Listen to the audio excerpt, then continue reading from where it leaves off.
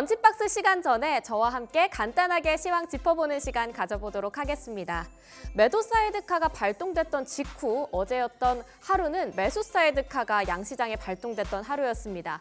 폭락과 폭등이 계속해서 반복되는 위태로운 시장이 이어지고 있습니다. 계속해서 모니터링에 예의주시하셔야 될 시기인 것 같은데요.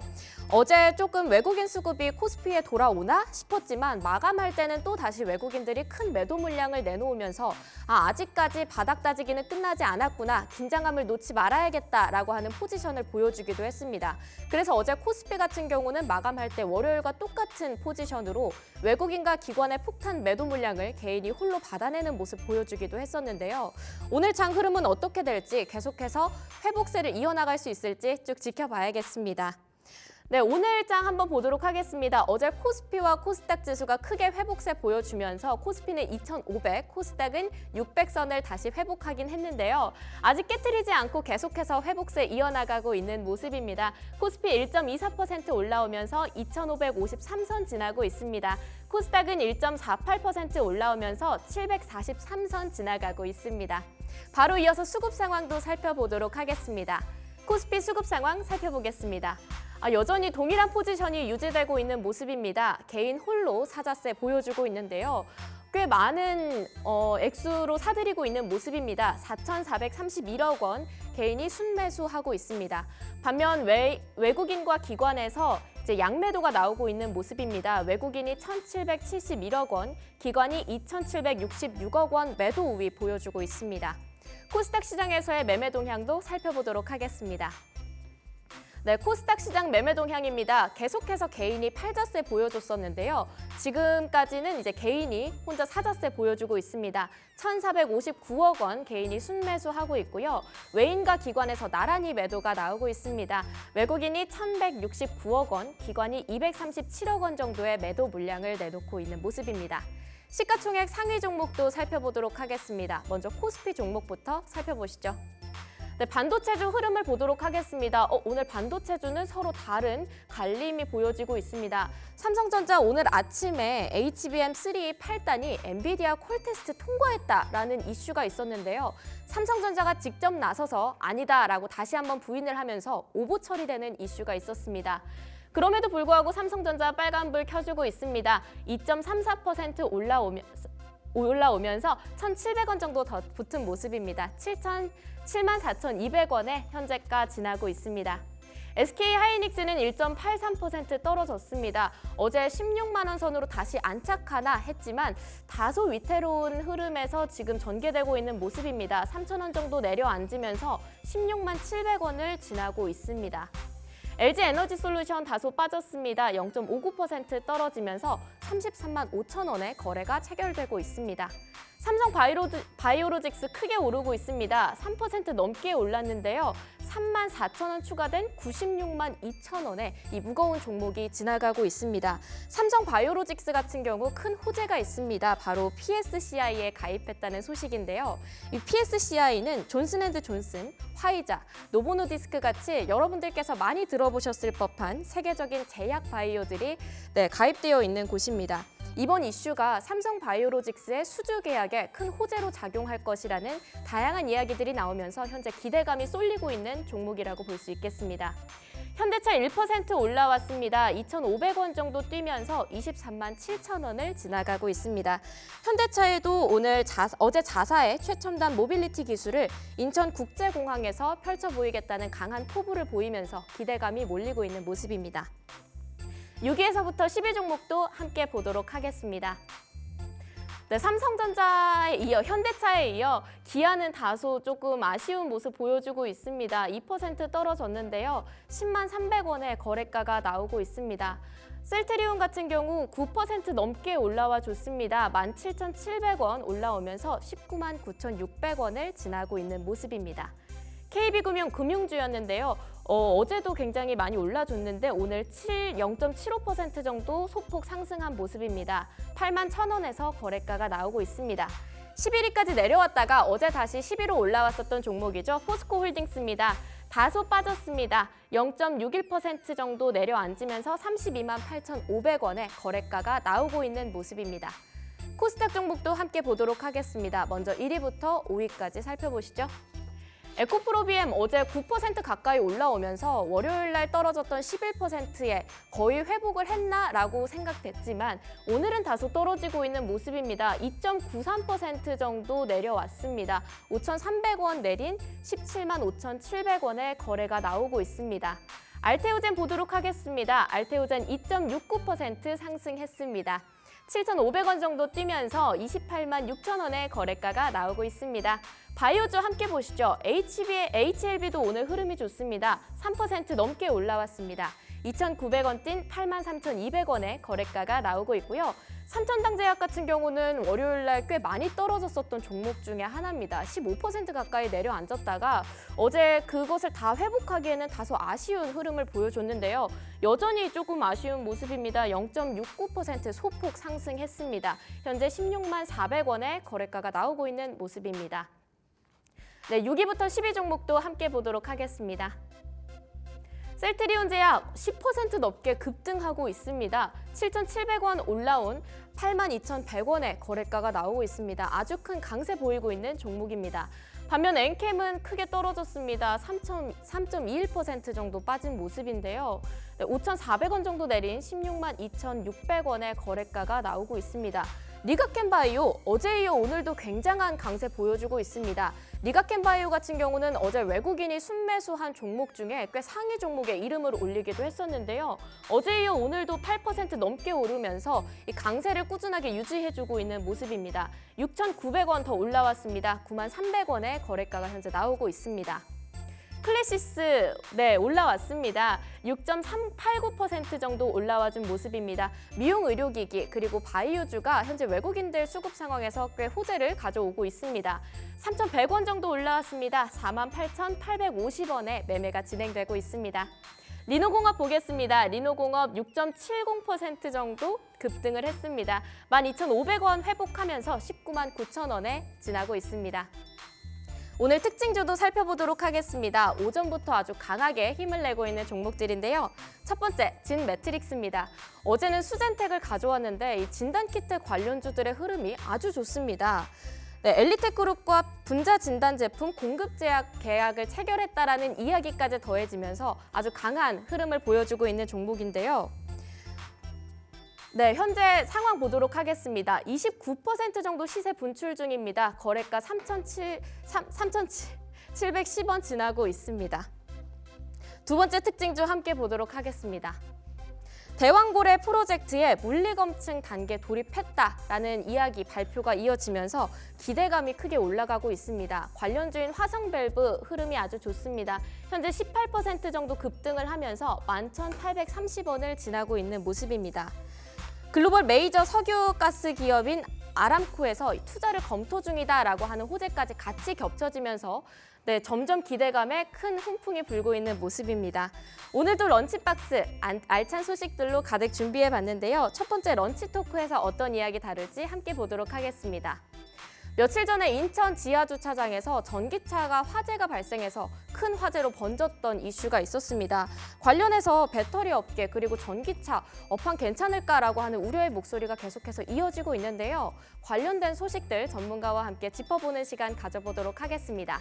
불만나는 리포트에서는요. 오랜만에 종목 3가지 리포트로 찾아왔습니다. SK하이닉스, 현대오토에버, 하나투어 이슈가 준비되어 있는데요. SK하이닉스 최근에 많이 빠졌었기 때문에 걱정을 하시면서 관심 갖고 계신 분들 많으실 텐데요. SK하이닉스 이야기 다뤄보고요. 또 현대차의 아주 미래 주목받고 있는 종목 중에 하나죠. 현대오토에버 소식, 그리고 최근 티몬과 위메프 사태로 굉장한 악재에 시달리고 있는 종목 중에 하나인데요. 하나투어 소식까지 살펴보도록 하겠습니다. 마지막으로 기막힌 투자 한 끼에서는요. 반도체, 바이오 그리고 화장품 소식 이 3가지 다뤄보도록 하겠습니다. 그럼 런치박스 출발하겠습니다.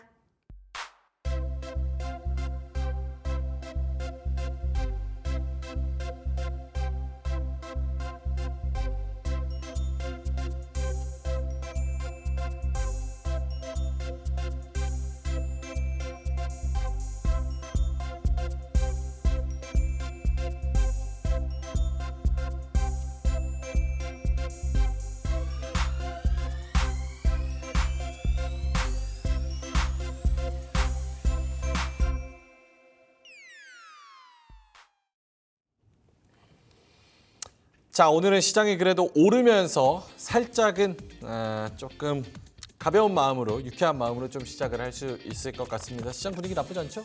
어제 이어서 오늘까지도 계속 상승세가 이어진다라는데 저는 좀 의의를 두고 싶습니다. 의의를 둬요? 네. 와, 많이 발전했네요. 의의도 두고. 네. 알겠습니다. 근데 포트에 뭐 제약바이오나 오르는 종목들이 없는 분들은 이거 어떻게 리밸런싱을 해야 되나 이런 생각도 많이 하실 것 같아가지고 이따가 기막힌 투자 한 끼에서 또 자세하게 이야기를 다루면서 이제는 진짜 반등을 하는 건지 플러스 어떤 종목으로 좀 채워 나가서 바꿔야 되는 건지에 대한 이야기 잠시 후에 해보도록 하겠습니다. 자, 런치 토크부터 시작해야 되는데요. 확실히 전기차에 대한 그런 무서움, 실제 사용자, 소비자로서의 무서움 이런 것들이 많이 대두되고 있습니다. 그래서 런치 토크 전기차와 2차 전지 이야기해 보겠습니다. 가시죠.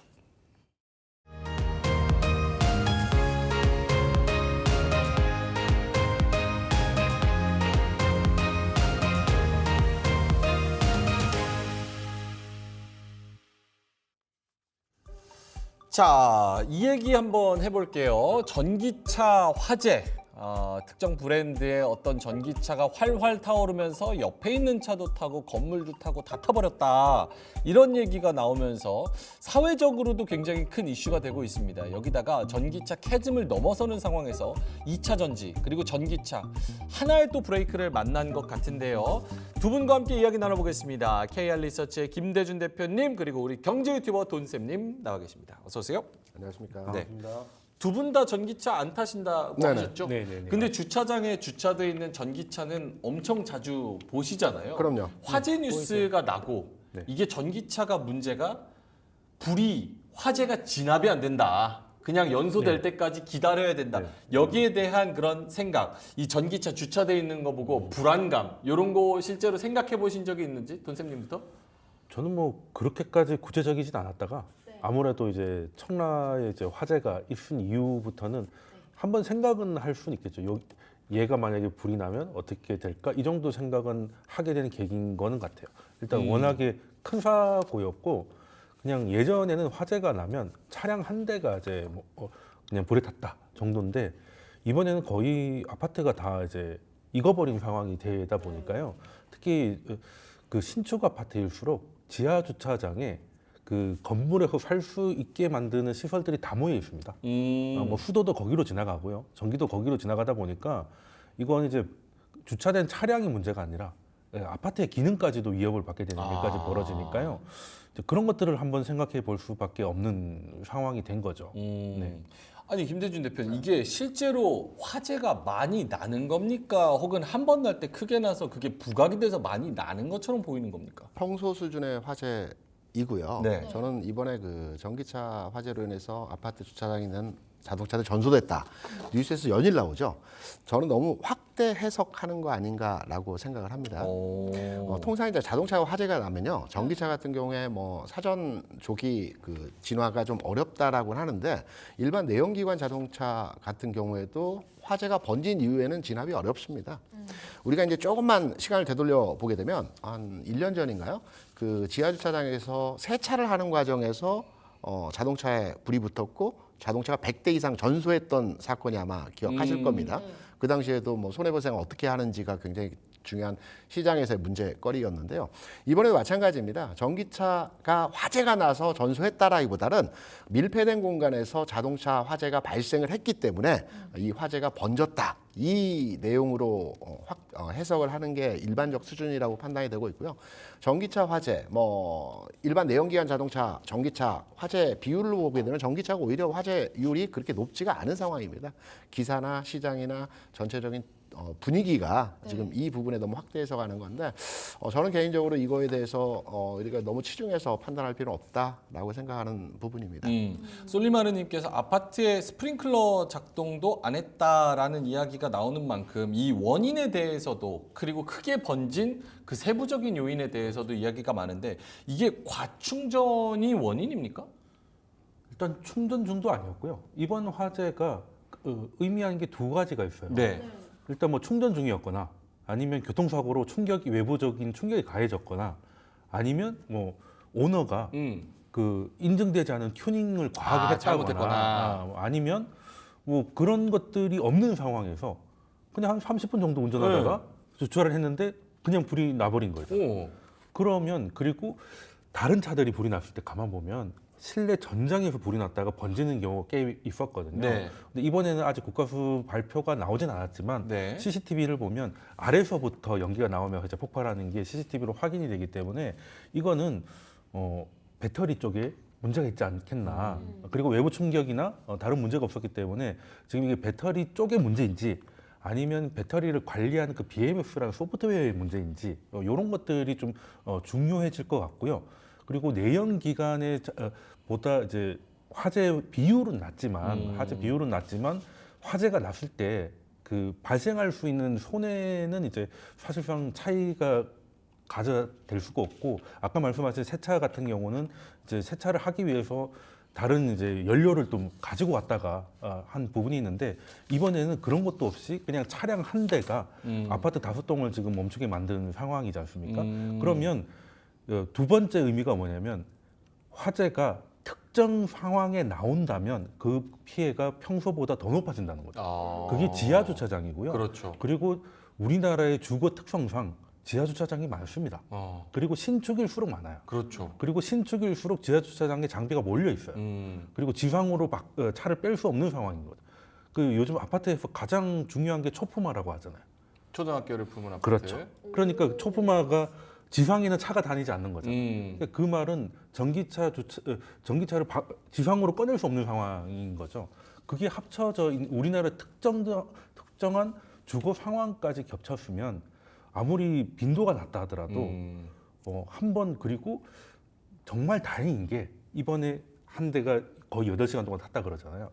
그리고 뭐 40대 혹은 70대가 전소됐다고 하는데 네. 그 사이에 전기차가 또 있어가지고 또 연쇄적으로 펑펑 터져가지고 그게 문제인 것 같아요. 그렇죠. 그게 또 한 대가 또 8시간씩 계속 타고 이런 식으로 되면 그 근처에 한 1500도까지 8시간 동안 올라갔다 그러잖아요. 그러니까요. 그럼 이제 아파트가 쉽게 말해서 녹는 거죠. 그런 상황도 이제 고민을 해야 되고 그러면 이제 거기에 대해서 새로운 뭔가를 준비해야 되는데 모두가 전기차 오도가 아니다 보니까 네. 관리비 상승이라든지 건축비 상승이라든지 이런 거에 대한 또 갈등도 있을 수밖에 없어서 지금 전기차가 한동안은 뭐 캐즘 이야기가 많았잖아요. 근데 캐즘이 좀 지나가나 했더니 이제는 화재라는 안전 문제가 터져가지고 지금 좀 난감한 상황이죠. 아무리 빈도가 낮다 하더라도 만약에 청라 같은 일이 한 번 더 벌어지고 네. 한다면 이거는 그냥 빈도가 낮으니까 좀 과한 거다 말하기에는 조금 사람들의 불안을 낮출 방법이 없다는 이게 배터리가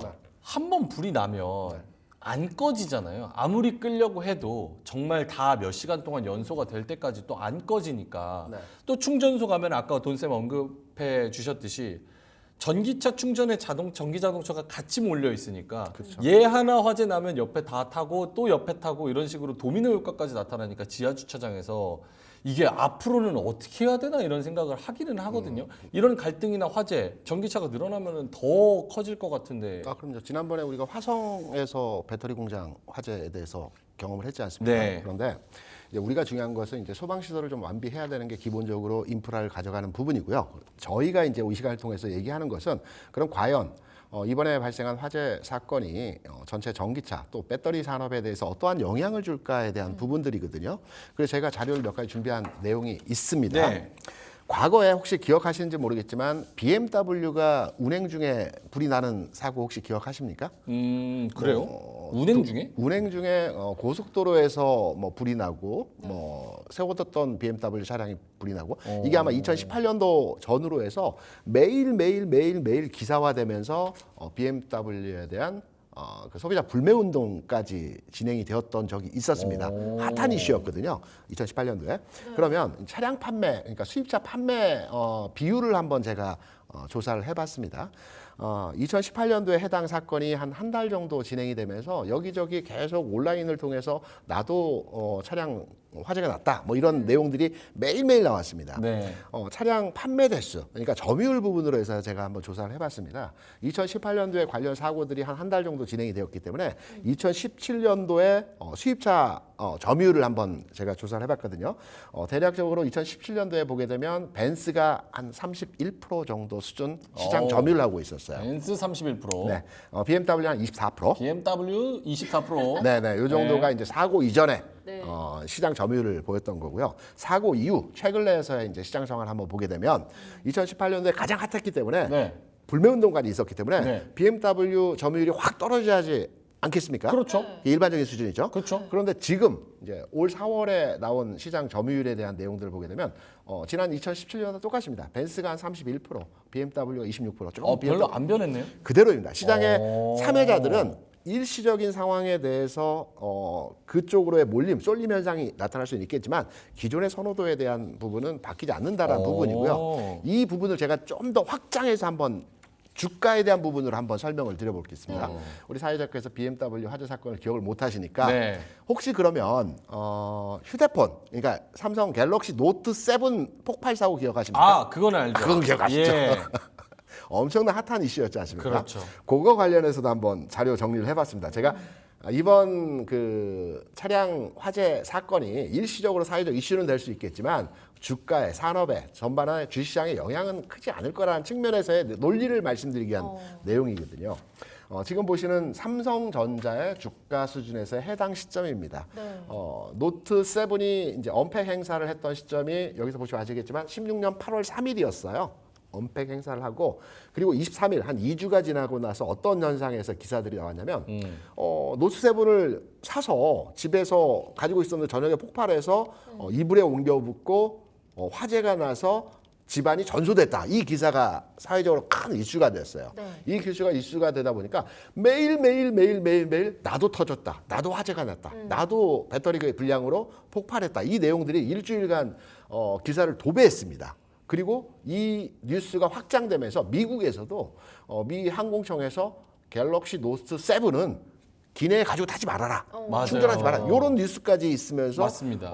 사회적인 불매까지는 아니지만 사회적인 불신 분위기가 굉장히 확장을 됐거든요. 여기 보시면 시점에 대한 그 차트 상황을 제가 이제 시기별로 나눠서 설명을 드린 겁니다. 언팩 행사가 이 부분에서의 흐름이 있었고요. 그리고 폭발 사고가 있었습니다. 그리고 점증되는 뉴스의 확장으로 인해서 주가는 일부 하락을 했어요. 하지만 전반의 흐름들을 보게 되면 삼성에서 리콜도 했고요. 실제 리콜에 반응한 차량 대수는 10%, 그렇죠. 휴대폰 대수는 10%밖에 안 됐습니다. 그렇게 많지 않았죠. 그러니까 사고의 빈도라든가 사고의 내용적 측면을 보면은 일부 내용, 기존에도 계속 이 정도 규모의 사고는 있었고 지금도 있고 미래에도 이 정도 규모의 사고는 있는데 그때 그 시점에서 그 사고 내용이 부각이 되고 확장됐다라는 거죠. 센티멘탈적으로 약간 타격이 오는 게 더 크다. 그렇죠. 실질적으로는 영향 없다. 그렇죠. 그리고 주가에 대한 부분을 보게 되더라도 삼성전자가 물론 이때는 상승 트렌드 기조에 있었던 부분이었습니다. 네. 2만 원에서 7만 원까지 움직이는 기관차에서의 과정이었거든요. 여전하게 일시적인 출렁임이 있었지만 바꾸어 보게 되면 이 뉴스가 있었던 시점이 오히려 매수의 시점이 아니었나. 지금 보시면 아시겠지만 최저점의 가격을 형성하고 있거든요. 그래서 오히려 지금 나온 여러 가지 그 화재 관련 뉴스들이 2차전지 배터리 산업에 대해서 부정적으로 바라보는 시점에서의 시각들이 조금씩 늘어나고 있어요. 근데 저는 개인적으로 지금 2차전지 산업에 대해서 뭐 여러 가지 캐즘이라든가 시장에 대한 여러 가지 그 위축되는 과정에서의 상황이 나타나는데 두려워할 필요가 없을 것이다. 라는 측면으로도 이해를 하고 있습니다. 그런데 저 궁금한 게 있는데요. 네. 만약에 제가 관련된 종목을 안 가지고 있었다 포트폴리오에 그러면 조금 기다렸다가 저점 매수하면 되는데 사실 가지고 있었던 사람들 입장에서는 한 달 정도가 너무 큰 고역이 되지 않을까요? 우리가 이제 원론서, 주식 투자 원론서에 보면 네. 무릎에 사서 어깨에 파라는 얘기가 있죠. 이게 왜 무릎에 사서 어깨에 파냐면 네. 최 발바닥에 사면 너무 좋겠죠. 머리 꼭지에 팔면 너무 좋겠죠. 그러니까 무릎에 사라는 건 뭐냐면 바닥을 찍고 상승 기조로의 확인이 된 시점에 주식을 사라는 거고요. 안전하게 사라는 겁니다. 어깨에 파라는 것도 네. 어깨에 올라갔을 때 파는 게 아니고 꼭지를 찍고 내려갈 때 안전하게 하락으로 확인됐을 때 매도하자라는 거거든요. 그래서 지금 말씀하신 대로 가지고 계신 분들은 당연히 제가 앞서 말씀 여러 가지 논거에 의해서 보유 측면에서 접근이 가능하고요. 신규로 관심을 갖는 분들은 아직 바닥을 지나가고 있습니다. 무릎 안 왔고요. 복숭아뼈 정도 왔습니다. 복숭아뼈까지 네. 내려간 거예요? 지금 복숭아뼈 바닥 찍고 복숭아뼈 근처가 아닐까 생각되기 때문에 좀 기다리셔야 되겠죠. 신규 투자자는.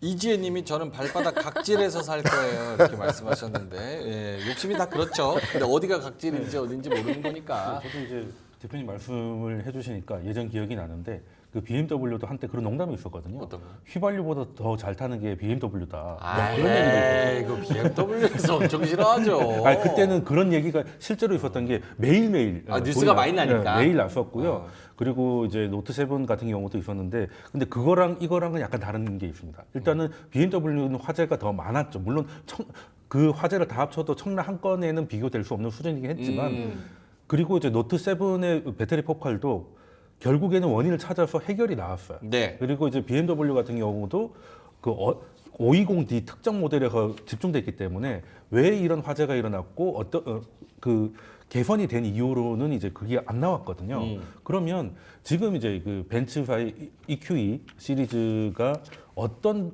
문제를 갖고 있고 그리고 이게 어떻게 해결이 되면 그 다음부터는 신경을 안 써도 될 것이냐로 끝날 수 있느냐의 문제인 거죠. 그 얘기를 네. 잘 말씀을 해주셨는데 그래서 물어보려고 그랬어요. 네. 그러니까 지금까지 저희가 이야기한 거는 사회적인 문제, 사회적인 이슈를 얘기했는데 결국 뭐 저희가 경제방송이니까 산업에 대한 그런 파생적인 이야기를 할 수밖에 없습니다. 지금 EQE 말씀하셨는데 어떤 부분이 해결이 돼야 되냐. 결국 배터리가 화재가 난 거잖아요. 근데 지금 소비자들이 뿔난 게 CATL 배터리를 쓰는 줄 알았더니 처음에 언론사들이 다 그렇게 받았었습니다. CATL 네, 그랬죠. 배터리다, 네. 무슨 배터리다 이렇게 벤츠가 얘기를 많이 쓰긴 했는데 하니까요. 네. 알고 보니까 페러시스 배터리를 쓴 거예요. 근데 이 페러시스 배터리가 글로벌 그 중국에서 순위로 봤을 때 10위권 밖에 있는 어떻게 보면은 듣보잡 회사입니다. 뭐 경우에 따라서는 8일 때도 있었고요. 8에서 10일. 근데 사람들은 네. 벤츠니까 메이저는 아니죠. 조금 더 메이저 배터리를 쓸 그렇죠. 것이다라고 내심 생각했는데 알고 보니까 페러시스를 썼고 알고 보니까 벤츠가 페러시스에 투자를 했기 때문에 이 콜라보 때문에 어쩔 수 없이 페러시스를 쓸 수밖에 없었다라는 개념으로 가는 건데 그러면 이 아까 채팅창에서도 그랬는데 이 제조업체들이 어떤 배터리를 쓰는지 그리고 왜 그걸 쓰는지에 대한 공시 이런 것들이 강화가 돼야 된다라고 보세요? 지금 이제 우리도 음식점에 가면 뭐 김치 중국산 이런 거 있지 않습니까? 네. 근데 어쨌든 CATL도 중국산인데 그래서 지금 너무 단순하게 가면 이게 한국산은 안전한데 중국산은 위험하다. 뭐 이거는 아직은 조금 너무 나간 발언이에요. 왜냐하면 지금 원인이 배터리 셀에 있는 것인지 네. 아니면 BMS라는 그 소프트웨어의 문제인지 네. 확인이 안 됐어요. 확인이 안 됐고 그리고 이게 정말 중요한 게 배터리 셀의 문제라면 배터리 제조사가 책임을 져야 되죠. 그렇죠. 해결을 해야 되죠. 근데 BMS는 벤츠가 합니다. 완성차 업체가 하니까 그렇게 되면 이거는 벤츠의 문제인 거예요. 그러니까 소프트웨어는 그쪽이 하니까 그렇죠. 완성차 업체들이 하니까 어디에 문제가 있었는지, 그러니까 소프트웨어가 이 취약한 배터리에 뭔가를 부담을 주는 게 확인이 됐다거나라고 한다면 달라질 수 있는 문제인데, 그래서 지금은 CATL도 믿을 수 없는데 이제 페러시스라는 듣보잡까지 갔기 때문에 이 중국산 배터리가 문제다 이런 식으로 나오곤 있는데요.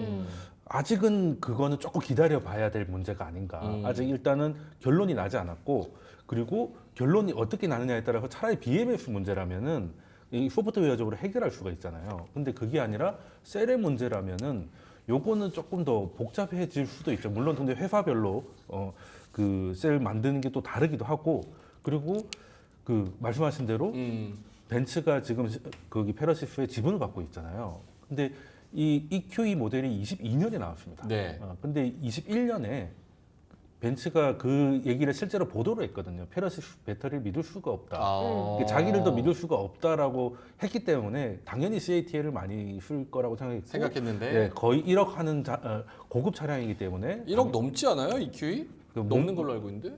조금 넘죠. 아. EQS는 확 넘고요. 확 넘고. 예. 근데 사실 저도 이제 그 같은 브랜드를 쓰다 보니까 처음에 무슨 생각을 했냐면 이 벤츠 차량의 벤츠 특징이- 타세요? 와, 아니, 그게- 많이 오시나 보네. 아니 그게 왜 그 생각을 했냐면 네. 벤츠는 특이하게 네. 주차 중에 블랙박스가 안 됩니다. 오, 그래요? 예, 그 이제 전기에 문제가 있을 수 있다 그래가지고 그래서 벤츠 차주들은 이제 다 사설 업체에 가서 오. 보조 배터리를 달아서 이렇게 블랙박스를 이야, 그들이 사는 세상이네요. 오히려 그 쓸데없이 돈이 나가는 문제죠. 오. 우리 입장에서는. 근데 그게 잘못되면은 실제로 그것 때문에 벤츠 그 센터에 들어갈 때 그걸 떼고 보내거든요. 아. 보증 문제가 걸릴까봐. 아, 그래요? 그런 문제가 있을 줄 알았는데 그거는 또 아니라고 하더라고요. 그건 또 아니라고 해서 이거는 좀 기다려봐야 돼. 처음에는 이제 그 생각도 잠깐 했었거든요. 보조 네. 배터리가 진짜 배터리를 건드렸을 수도 있겠다는 생각을 했는데 그런 튜닝은 없었다고 하더라고요. 그리고 그 EQE 시리즈가 그렇게 자주 불나는 아이는 아닙니다. 일단 글로벌하게 2개 정도가 보도가 됐는데 한 건이 지금 우리나라 청라 문제고 또 한 건은 저 미국 플로리다에 있었는데 그것도 어떻게 된 거냐면 이제 그냥 기름차를 쓰는 벤츠 차주가 수리를 맡긴 거예요. 네. 수리를 맡긴 거예요. 그리고 수리를 네. 맡기면은 렌트카를 주잖아요. 근데 하필 이제 EQE를 전기차를 받아온 거죠. 그래서 이제 타고 와서 집에다가 주차해 놓고 자기는 출근했는데 그 사이에 불이 난 거예요. 그 사이에 아무것도 안 했는데? 그렇죠. 그때도 아무것도 안 했습니다. 이건 좀 문제가 있네요. 근데 딱 2대라서. 예전에 우리 코나 같은 경우는 이제 그것도 이제 하루에 한 번씩 현대코나? 현대 코나였죠. 네. 코나가 맞을 겁니다. 이제 그래서 불이 나든지 아니면 리콜을 받든지. 네. 그래서 차주한테 물어보면 배터리 리콜을 한 6, 7번은 기본으로 받았던 시기가 있었거든요. 그때도 현대도 참 기술이 당시에는 좀 힘들어가지고 지금은 그럴 일이 없는데 그런 문제가 좀 있었거든요. 근데 그거에 비해서는 EQE는 지금 한 건의 사고가 너무 커서 그렇지 이게 이 빈도는 상품성을 낮다? 없애야 되든지 아니면 이걸 완전히 생산을 중단해야 될지까지는 조금 애매합니다. 그럼 산업계에서 무슨 판단을 내리기에 뭐가 잘못이 있다, 뭐가 위험하다 이렇게 판단을 내리기에는 제조업체의 소프트웨어 문제인지 혹은 확인도 셀업체의 안 돼. 무언가의 문제인지 이 셀을 또 소프트웨어에서 조절을 컨트롤을 하기 때문에 거기서 뭔가 오류가 생긴 건지는 조사를 해봐야 되기 때문에 좀 원인을 애매한 모른다 하더라도 빈도수가 많아지면 일단 다 정지를 시켜야 되는데 오케이. 딱히 그렇지는 않다. 알겠습니다. 암살자님께서 그 벤츠도 알리에서 사셨냐는 그 질문. 중국 벤츠를 사면은 벤츠. 이제 그 차는 이제 관세 때문에 오히려 더 힘듭니다. 힘들고 배송료가 한국에서 배송료가 1,000만 원 정도 듭니다. 직수입 아니고 그렇죠. 컨테이너에 넣고 가져와야 컨테이너에 돼서. 넣고 와야 네. 되기 때문에 알겠습니다. 저는 또 궁금한 게 약간 얌체 같을 수 있어요. 네. 어쨌든 중국 회사 배터리에서 이런 문제가 일어난 거니까 네. 사실 국내 배터리 회사에게는 약간 호재가 될 수 있지 않을까요? 반사수에 네. 와 애국자 좋다. 정확하게 잘 보셨어요. 정확해요? 정말요? 정확하게 아까는 영향 없다 그랬는데 그러니까 아까는 하락 요인에 대한 영향이 없는 거고요. 네. 이제 다시 상승 요인에 대한 영향은 있다라는 건 상승 요인에 대한 영향은 있습니까? 당연합니다. 와. 핵심을 찌르시는 네. 아주 굉장히 이제 디테일이 강한 내용입니다. 네. 지금 벤츠에 대한 사고가 어제 오늘 나온 얘기가 아니고요. 지난주에 아마 나온 걸로 알고 있어요. 근데 지난주에 나왔을 때 시장에서의 반응도가 어땠는지 혹시 기억하시나요? 이차전지 배터리 종목들의 흐름들. 기사가 딱 나왔을 때 다음 날 아마 주말 지나고 이번 주였나요? 네. 주 초에 나왔던 걸로 알고 있어요. 네. 첫날 주가의 반응은 우호적이었어요. 그날의 주가를 저는 정확히 기억을 하고 있는데요. 네. 삼성 SDI 같은 경우에는 플러스권으로 시초가 부분에서 상승을 냈어요. 네. 물론 종가는 또 다소 밀리긴 했지만 전체적으로 2차전지 산업에서의 관련 종목군들의 이 벤츠 관련 기사화된 이후의 주가는 하락하지 않았다. 오히려 긍정적으로 반응했다라는 게 시장에서 2차전지 종목에 대한 바라보는 이제 전체적인 분위기였고요. 그리고 하나 더 들어가서 판단을 해보게 되면 이번에 배터리가 이제 중국 제품이면서도 NCM 계열 배터리입니다. 우리가 이제 중국 배터리를 대부분 생각하게 되면은 LFP 배터리를 많이 생각을 하죠. 네. 그런데 벤츠에 장착된 이 배터리는 NCM계 배터리거든요. 그러니까 국내와 경쟁 그리고 수혜 받을 수 있는 조건적 충족을 다 가지고 있는 내용이거든요. 그래서 네. 오히려 지금 분위기는 벤츠사도 마찬가지고 중국산 그 3원기의 배터리를 쓰던 기업들이 한국산에 대한 선호도가 높아질 가능성이 있다라는 측면으로도 해석이 가능하고요. 여기서 한 발 더 나가면 네. 한 발 더 나가면 우리가 이제 3원기 배터리의 단점이라고 화재입니다. 화재 위험성이 높다. 이게 이제 가장 큰 단점이거든요. 네. 뭐 충전 속도나 시간이나 거리나 다 좋은데 LFP에 대해서 비용하고 화재 위험성이 높다라는 게 단점이거든요. 그런데 국내에서 지금 개발하고 있는 산업에서 2차전지 가장 핵심적인 화두가 뭡니까? 전고체죠. 삼성 S대아의 중심을 해서 주린이 보면서 전고체 처음 듣는데 그걸. 네. 전고체를 2026년이면 네. 우리 이제 셀사들이 어느 정도의 상용화 단계에 이르른다고 판단을 하고 있어요. 네. 전고체는 그러니까 화재가 굉장히 적습니다. 용액에서 고체이기 때문에 네. 화재 위험성이 굉장히 작아지거든요. 그러면 국내 산업에서의 그 배터리 산업이 오히려 이런 그 여러 가지 화재나 부정적인 내용으로 인해서 한 단계 도약할 수 있는 계기가 될 수 있는 상황이기 때문에 말씀해 주셨던 이번 벤츠 화재 사고가 국내 배터리 관련주들에 대해서는 네. 부정보다는 긍정의 요인으로 작용할 수 있는 내용이 오히려 더 높다라고 판단되는 지점이거든요. 그래서 주가도 여기서 크게 반응하지 않고 있어요. 전체 시장의 분위기에 의해서 반응할 뿐이지 해당 뉴스에 대해서 반응은 작다라고 보고 있습니다. 그래서 우리나라 종목들과 기업들한테는 반사수혜가 충분히 있을 수 있다. 네.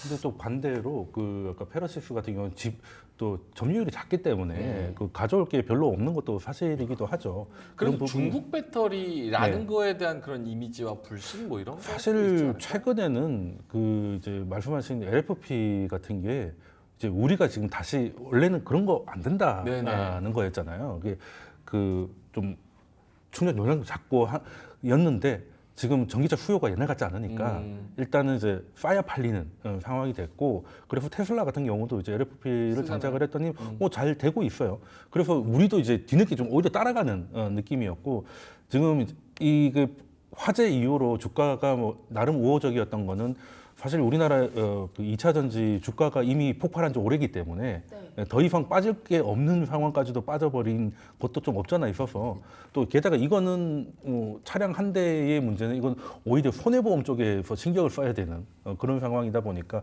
주가에는 크게 영향을 주기가 좀 힘들 것 같고, 힘들다. 근데 사실 우리가 따지면 이건 중국이고 우리는 방식이 다르고 하지만 일반 대중들은 그게 전기차는 전기차지 거기에 무슨 배터리가 어떤 방식이 들어갔고 양극재가 뭐가 들어가고 이런 건 잘 모르거든요. 몰라요. 페러시스 그렇죠. CATL 몰라요. 페러시스는 처음 들어본 분들이 네. 파나소닉 막 이런 얘기를 심지어 파나소닉이 잘하는 회사인데요. 네. 예, 그런 거거든요. 특히 이제 테슬라 주주분들도 테슬라는 다르다라고 하는데 사실 뭐 전기차는 다 전기차인 거죠. 우리 그 일반적인 사람들의 눈을 봤을 때.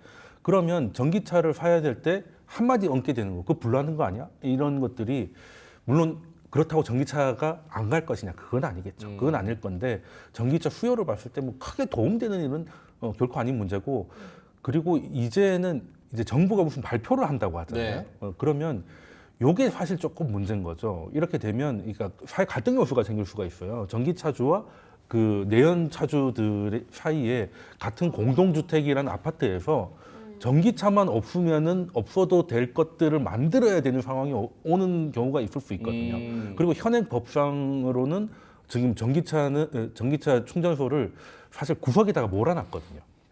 네, 장애인처럼 이렇게 좋은 자리를 줄 필요는 없으니까 구석으로 몰아놨는데 그 구석이라는 것이 불이 나면은 정말 진입하기가 어려운 곳이거든요. 예, 그렇네요. 예, 저희 아파트만 하더라도 제 안쪽에 있어요. 네. 예, 그래서 거기서 불나면 지하 3층까지 돌아서 내려가려고 하면 연기하고 열기 때문에 소방이 진입을 못하는 거거든요. 이번 청라도 그랬잖아요. 야외가 아니라 실내였기 때문에 시야 확보가 안 되고 너무 뜨거우니까 사람이 들어갈 수가 없는 거죠. 예, 그런 것 때문에 그러면 요거를 또 법을 바꿔서 밖으로 꺼내든지 최소한 아니면 그 지하 주차장 입구에다가 하든지 아니면 그 바닥을 끌 수 있게 차를 빨리 꺼내야 되니까 그런 것들을 장치를 해야 되고, 뭐 나름 지금은 방식은 물에 담그는 것밖에 없습니다. 아, 그렇죠. 일단은 식혀야 되니까 끌 수 있는 방법은 없고, 수영장 같은 거 그렇죠. 설치해가지고 예, 물 그냥 그래서 때려박는 그냥 수밖에 대야에 그냥 담궈 놓은 거예요. 맞아요. 예. 지금 안에 에너지가 다 있기 때문에 불을 끌 수가 없어요. 그러니까 불이 계속 나더라도 좀 열이 안 나게 하려고. 근데 그게 다 돈이라는 거죠. 알겠습니다. 여러 가지 뭐 이야기들을 해봤는데 결론적으로 2차 전지 관련주들 주가 쪽으로 한번 이야기를 포커스를 좀 맞춰볼게요. 이런 화재, 그러니까 지금 캐즘 때문에 이미 벌써 전기차는 너무 어려운 상황이고 주가는 지금 이미 벌써 뭐 오르네 내리네 하던 사람들도 이미 두 손 두 발 다 들었습니다. 그렇죠. 언제 가냐의 문제인데 물량도 많이 위쪽으로 쌓여 있고 이런 상황에서 쉽지는 않은 상황인데 2차 전지 관련주들 보면 이거 언제 갈 수 있을까? 어떻게 전망을 하고 어떤 아이디어를 가지고 계신지 김대중 대표님부터. 최근에 이차전지 주가 많이 빠지는 걸로 알고 계시지만 최근 한 2, 3주 동안의 주가 상황을 보게 되면 제자리 걸음이에요. 뭐 일부 종목은 하락한 상황에서 흐름들을 보여주고 있지만 전체적으로 시장의 내용과 연동해서 판단을 해보게 되면 지금의 가격 수준에서 크게 벗어나지 않는 상황에서 등락의 모습을 보여주고 있거든요. 저는 이차전지 업종이 특히 이차전지 업종에 대해 투자를 하셨던 분들의 기본적인 마인드 자체가 지난해 이런 생각을 가지고 투자하셨을 겁니다. 대부분 그랬어요. 나는 이차전지 업종에 대한 종목을 3년 정도는 그냥 가지고 있겠다. 이런 마음가짐으로 주가 막 내려가기 시작할 때 매수하셨던 분들이 이런 마음가짐이었어요. 원래는 그런 마음이 아니었는데 강제로 대주주가 된 거죠. 네. 그러면 주식은 우리가 이제 지난해 반도체 포모 현상이 있었고 올해는 이차전지 포모 현상 그 반도체 포모 현상이 작년 올해 번갈아 가면서 진행이 되고 있지 않습니까? 상대적 박탈감. 그런데 3년 동안 가지고 있겠다라는 생각을 그대로 변함없이 가지고 있는다라고 한다면 주식은요 중간에 오르내림의 과정이 나타납니다. 좀 과하게 빠진 부분이 없잖아 있긴 하지만 저는 기본적으로 이차전지 산업에 대한 전망치에 대해서 상당히 긍정적으로 보고 있습니다. 그리고 지금 바닥을 지나가고 있다고 판단되고 있고요.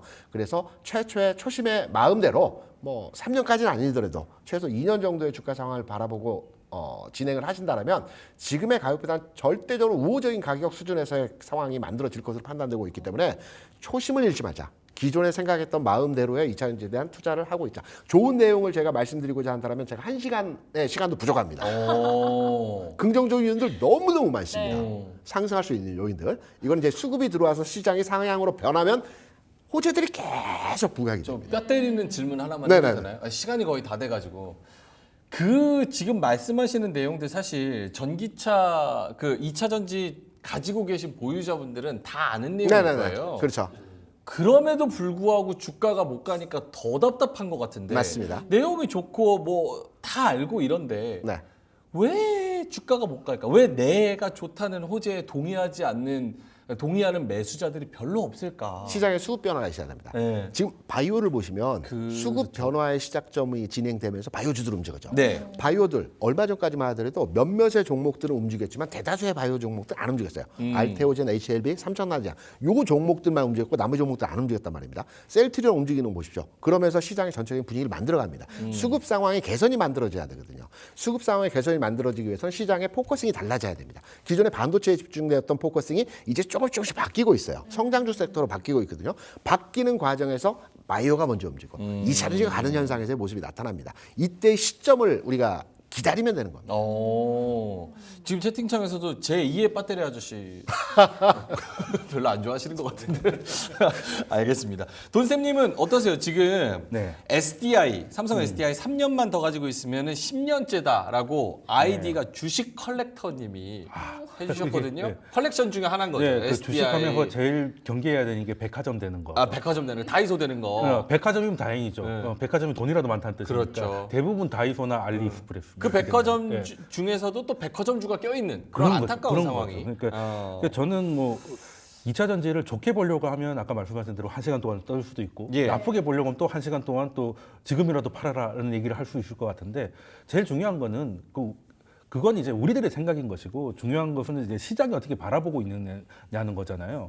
그러면 지금 2차 전지는 그 23년 상반기 때 세계에서 가장 강력한 섹터였습니다. 네. 그걸 지금 해소하고 있는 구간이에요. 아무리 좋다고 해도 그 모멘텀을 계속 이어갈 수는 없었기 때문에 그래서 지금은 어느 정도 지금 현실에 다가왔고 주가가 조금 많이 합리화됐다는 건 저도 동의를 합니다만 예전같이 가려고 하면 그 위에 쌓여 있던 그 많은 전후의 시체들을 다 치우고 올라가야 돼요. 그게 너무 힘든 일인 것이고, 그렇죠. 그리고 내러티브가 보통 이제 시장의 수급을 포커싱 해주는 그 내러티브가 1, 2년 만에 돌아온 경우는 거의 없습니다. 한 번 시세를 크게 하다못해 이제 배터리 아저씨도 한 번 시세를 크게 준 거는 몇 년간은 오지 않는다라고 스스로 고백을 하셨어요. 그래서 정말 길게 한 3차 전지 나오면 그때 다시 생각해보죠. 3차 전지. 3차, 4차 전지. 뭡니까? 2차는 저는 끝났다고 봅니다. 2차 전지 지금까지 가지고 있다는 분들은 부장님 가세요. 야, 3차 가자. 약간 이렇게 3차 부장님. 가다가 이제 첫 차 타고 집에 가자 이렇게 네. 되는 건데 알겠습니다. 제가 보기에는 지금 현재 2차 전지 질문하시는 분들은 현재 평단이 지금보다 아래에 있는 분들은 거의 없어요. 지금 뭐 어쩔 수 없는 상황이니까 캐즘을 넘어서 전고체 배터리가 나와서 네. 좋은 소식이 들리면서 매물대를 소화하면서 수급이 변화하기를 좀 시간을 투자해야 뭐 되는 물론 상황인 3년, 것 2년 후에 같습니다. 좋아질 수 있겠지만 그때까지 기회비용도 생각을 하셔야죠. 알겠습니다. 2차 전지 관련해서는 여러 가지 아이디어를 잘 들어보셨으면 좋겠고요. 두 분과는 여기서 좀 인사를 드려야 될 것 같습니다. 뒤에 불만나는 리포트 있죠? 네. 좋은 리포트들 많이 기다리고 있으니까 채널 고정해 주시고요. 우리 경제 유튜버 돈쌤, 정현두님 그리고 KR 리서치의 김대준 대표님과는 여기서 인사드리도록 하겠습니다. 두 분 말씀 고맙습니다.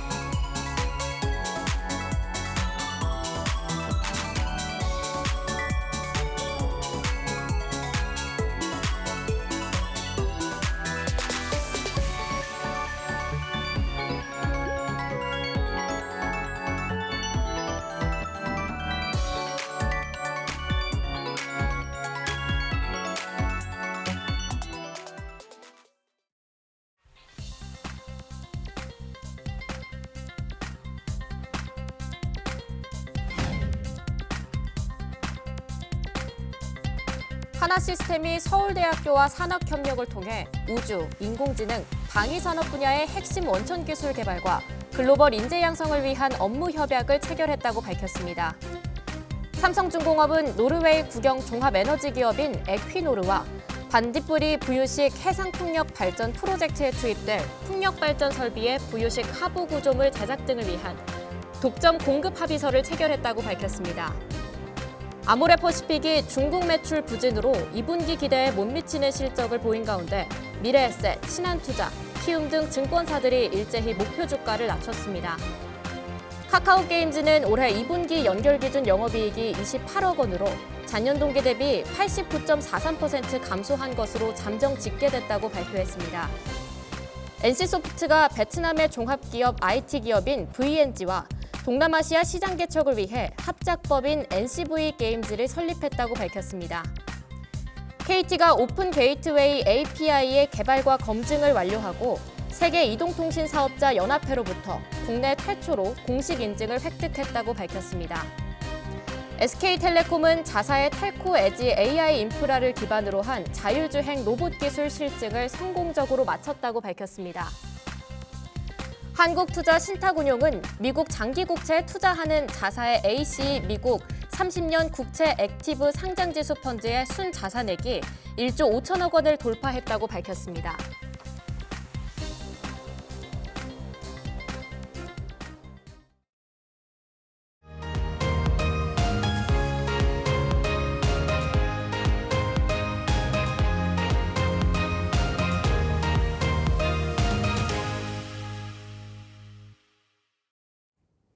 런치박스 두 번째 코너, 불만나는 리포트 시간입니다. 오늘도 주식장에서 핫하게 다뤄질 이슈들 더욱더 뜨겁게 불만내주실 기업공시연구소 변영인 대표와 함께하도록 하겠습니다. 대표님 안녕하세요. 네, 반갑습니다. 네, 저도 요즘 굉장히 관심 가지고 있는 종목입니다. SK 하이닉스 소식으로 출발해 보도록 하겠습니다. 아무래도 우리나라 반도체 대장주잖아요. 그리고 최근 15만 원 선대까지 내려왔다가 올라오면서 되게 속상하신 분들도 많으실 것 같고 오히려 이번을 기회로 굉장히 매수 타이밍 잡고 계신 분들 많으실 것 같은데 목표 주가 20만 원 이거 진짜 가능한 걸까요? 우선 일단 뭐 주가가 좀 훼손될 만한 좀 이슈가 네. 업황이 부진하거나 실적에 관련된 정체성이라든가 뭐 하반기, 뭐 내년도에 대한 전망치들이 굉장히 네. 좀 떨어지는 요인이라면 주가의 어떤 부담 요인으로 좀 작용할 수가 있겠는데 최근의 하락은 공교롭게도 SK하이닉스가 2분기 실적 발표를 하고 난 이후에 네. 주가가 그 이후로 계속해서 좀 하락했다는 것이고 너무 속상해요. 매크로 이슈가 가장 큰 영향으로도 좀 작용을 했는데 우선 2분기 실적을 확인해 보면 영업이익이 5조 4천억 원을 좀 기록을 했거든요. 이 부분이 2분기 역대 최대 매출인데 네. 이 부분을 시장에서는 다소 좀 실망스럽게 좀 받아들인 측면이 좀 있지 않나. 왜냐하면 너무나 높아진 실적 눈높이. 5조 원대 중후반의 영업이익을 예상했고 심지어는 6조 원대 초반까지 관련된 영업이익을 좀 예상했기 때문에 네. 5조 4천억 원 굉장히 좀 잘한 것인데 이걸 시장이 단기 악재로 좀 인식했던 영향들. 여기 더해서는 뭐 마이크로소프트라든가 일부 미국의 기술주들의 어떤 어닝 미스가 좀 있었는데 이 부분도 냉정하게 좀 해석을 해보면 2분기 장사 잘했고 네. 3분기에 관련된 전망들도 나쁘진 않은데 고정비 투자 이슈가 있고 이 부분은 사실 좀 다르게 좀 해석을 해야 된다고 좀 보이거든요.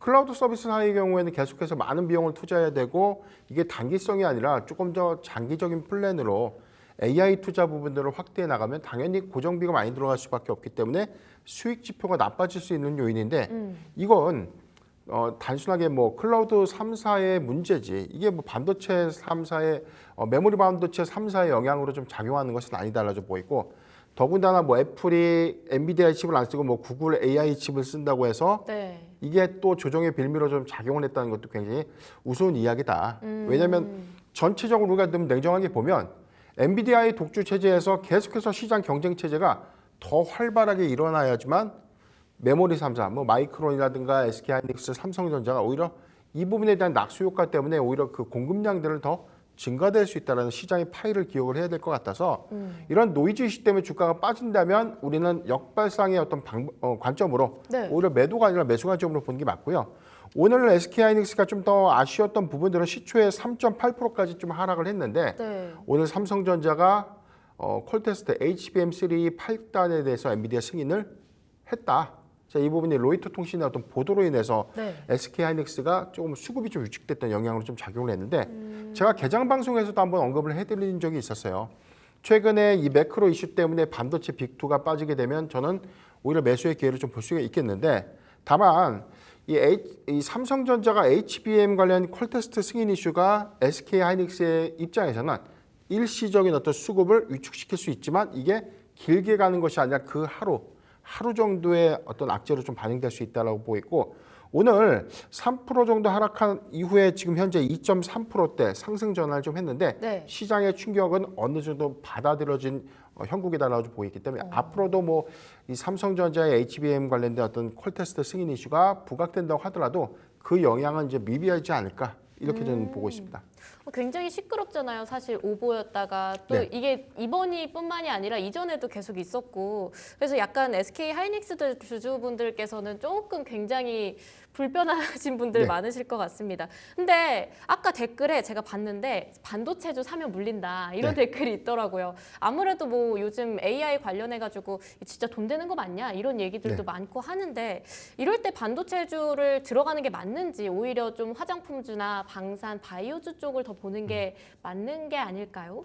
실적 확장성을 봐야 돼요. 조선도 네. 좋고 방산도 실적의 확장성은 다 좋은데 반도체 빅2 그러니까 저는 장비주요 소부장을 이야기하는 것이 아닙니다. 삼성전자나 SK하이닉스가 최근에 이 매크로 이슈 때문에 낙폭이 컸고 이런 관점에서 현재 주가 상태에서에 대한 접근을 좀 판단을 하게 된다면 저는 이 접근하기에 좋은 매력도가 있다라고 좀 보고 있는 게 오히려 상반기보다 하반기에 실적 기대 요인들이 더 크지 않을까라고 좀 보고 있어요.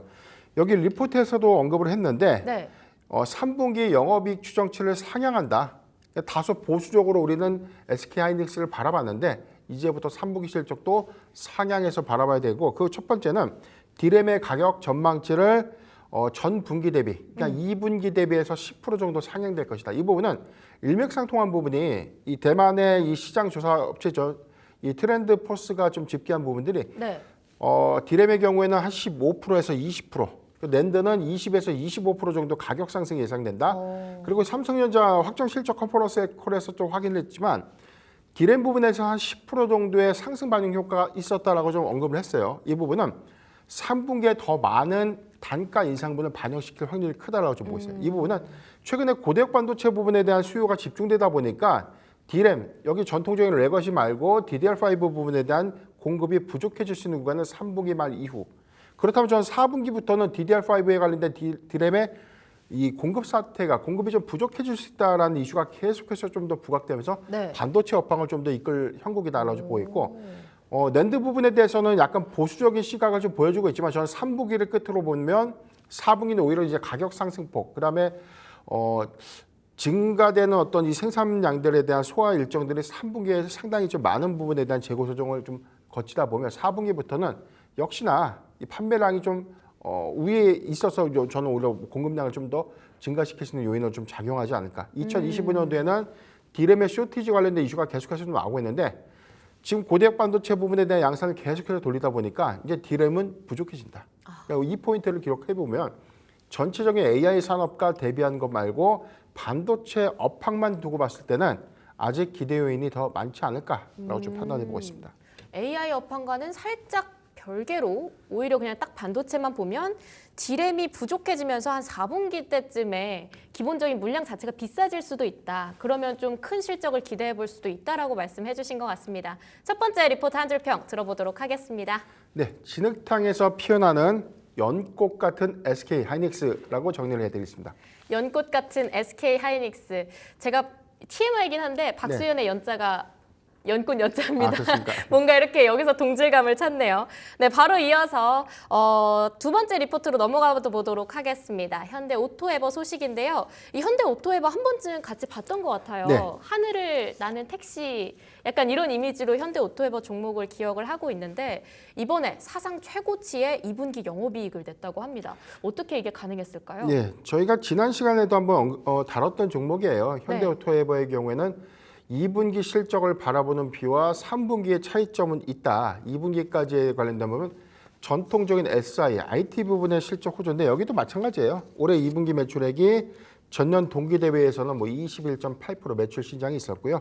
영업이익은 34%가 증가되면서 호실적을 기록했다라고 좀 언급을 했는데 우리가 지난 시간에 언급을 했던 부분들 IT 부분의 단가 상승분이 2분기에 반영되지 못했다. 그런데 실적은 좋았는데 이 부분은 3분기에 반영될 것이기 때문에 2분기보다 3분기에 오히려 실적 확대가 더 예상된다라고 지난 시간에 또 언급을 했었고 네. 여기도 동일한 내용이 좀 기재가 좀 되고 있는데 일단 우리가 주목하고 있는 포인트는 IT와 SI 부분이 아니에요. 지금 제가 주목하고 있는 현대 오토에버의 숨은 네. 사업은 SDV, 차량용 소프트웨어. 자, 이 부분이 언제 가시화된 실적을 내고 언제 폭발할 것인가 이 부분이 좀 주목되는 부분인데 두 번째 문단을 보면요. 내년부터 SDV 시제품을 출시한다. 그래서 2026년도부터 본격적인 양산이 예상된다.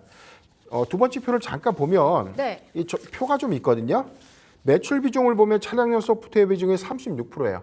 그런데 최근 3기년간에 대한 매출 포션을 보면 제가 기억하기로는 18%, 27%, 올해 30% 안착했는데 벌써 2분기에 36%대. 그러니까 2025년도와 2026년도 때 본격적인 SDV 사업이 활발하게 좀 이루어진다면 전체 매출 포션에는 차량용 소프트웨어 비중이 50%를 넘어야 되는 이 구간에 대해서는 이익 반영과 회사 외형 가치 반영을 크게 신장시킬 수 있다라고 보고 있기 때문에 IT 부분에 대한 성장은 일시적으로 증가될 수 있는 요인은 있지만 이 폭발성들의 관점에서는 다소 좀 우려스러운 부분들이 있어요. 그러니까 고만고만하게 잘 유지는 할 수 있지만 더 확장하기는 좀 어려운 성장의 한계 측면들이 좀 있었는데 SDV 부분은 현대차 그룹의 전장화 부분들을 가속화시키면서 신차가 나올 때마다 차량용 내구를 소프트웨어 중심 차량으로 계속해서 좀 바꿔가는 이런 전략들이 2025년도부터 본격화되고 이후 분에 대한 양산차들은 다 이 SDV 차종에 대한 적용 범위가 굉장히 더 커진다는 것이죠. 그렇다면 이 낙수 효과는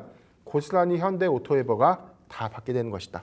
그러니까 저는 중기적 관점에서 현대 오토에버가 네. 최근에도 주가가 너무 많이 빠졌기 때문에 지금 최근에 어떤 추세 구간을 보면 15만 2천 원 미만 구간까지도 주가 좀 밀렸었고 네. 낙폭장에서는 14만 4,500원대까지 주가 좀 밀렸는데 이때가 가장 좋은 매수의 구간이 아니었나 저는 그렇게 보고 있기 때문에 다소 좀 긴 호흡 너무나 긴 호흡은 아닙니다. 한 1년 정도에 대한 시차를 좀 두고 본다면 네. 현대 오토에버는 현대차와 기아차처럼 키 맞추기 관점에서 네. 이 그룹 내 가장 큰 육성 사업이 되지 않을까 저는 그렇게 판단해 보겠습니다.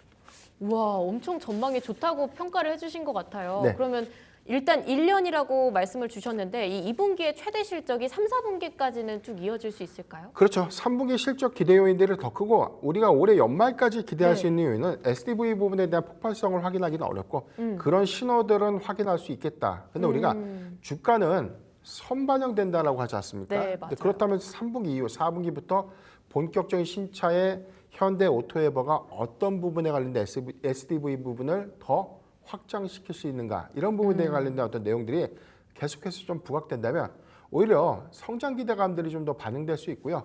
2025년도를 시작으로 보면 오히려 양산 차종의 적용 효과들이 좀 더 크게 나타나지게 되면서 소프트웨어 부분에 차량용 소프트웨어 부분의 매출이 크게 증가될 수 있는 요인들 이 부분을 기억하면 좋지 않을까라고 좀 말씀드리겠습니다. 네, 현대차의 SDV 관련해가지고 이번 하반기 때 현대 오토에버 조금 눈여겨보도록 하겠습니다. 한 줄 평 들어보도록 하겠습니다. 네, 미래형 자동차의 시대는 현대 오토에버다라고 좀 정리를 해드리겠습니다. 하늘을 나는 택시 때부터 뭔가 예사롭지 않다고 생각했는데 계속해서 기대해 보도록 하겠습니다.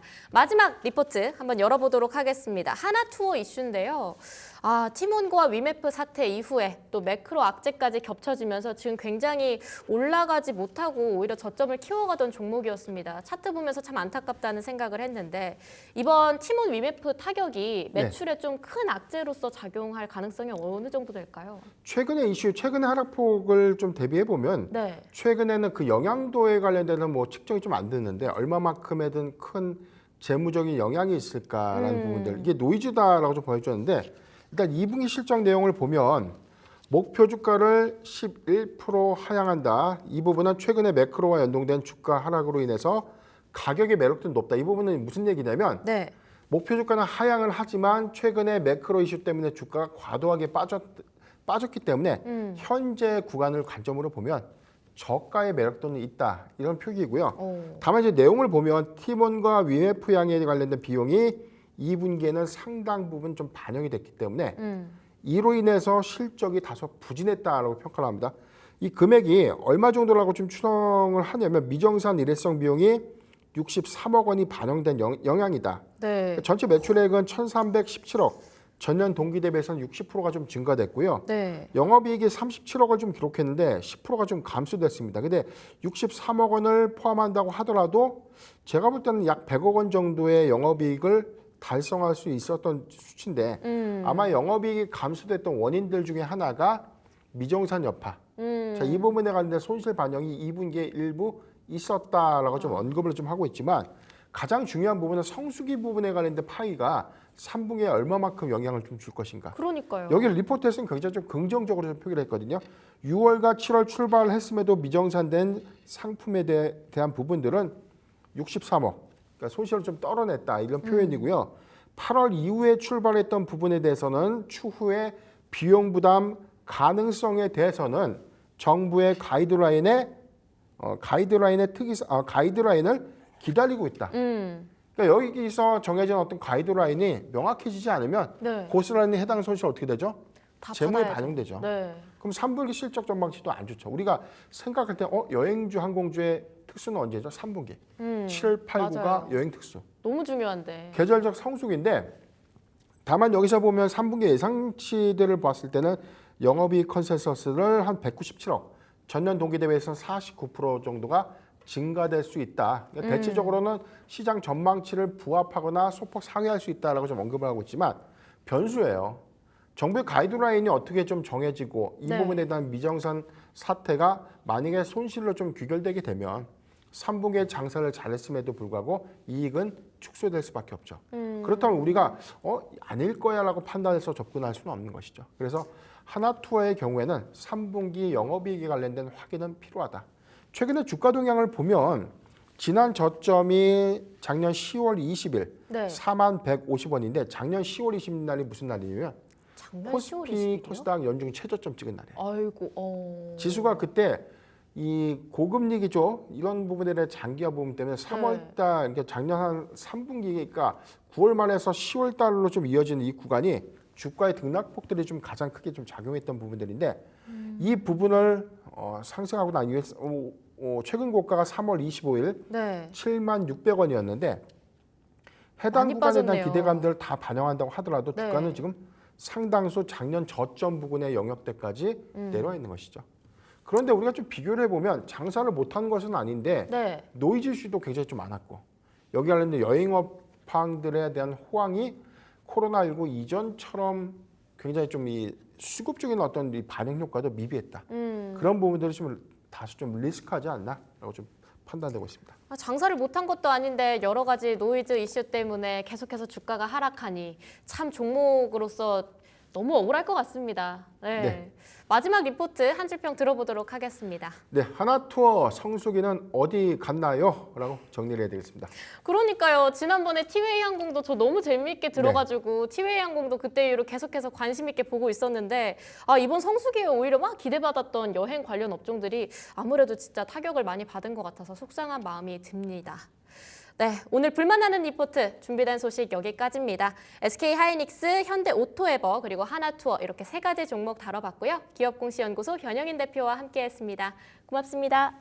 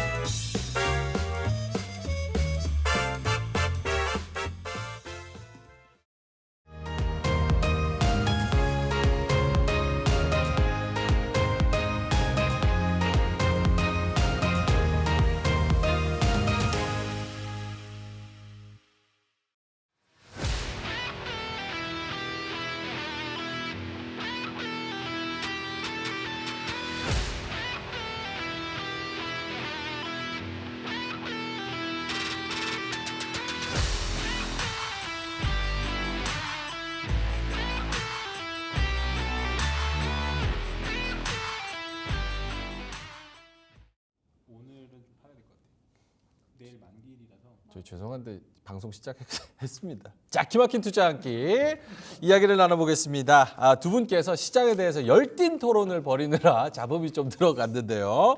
자, 두 분 한번 바로 모셔보겠습니다. 신한투자증권의 황희연 팀장님, 이지스탁의 이지은 대표님 모셨습니다. 어서 오세요. 안녕하십니까. 안녕하세요. 방송도 많이 하시는 분이 딱 빨간불 들어오면 딱 캐치를 하셔야죠. 어디까지 들어갔나요? 네. 어차피 시장에 대한 네. 이야기였어서 네. 관련이 있는 얘기라서 네. 크게 상관은 없었습니다.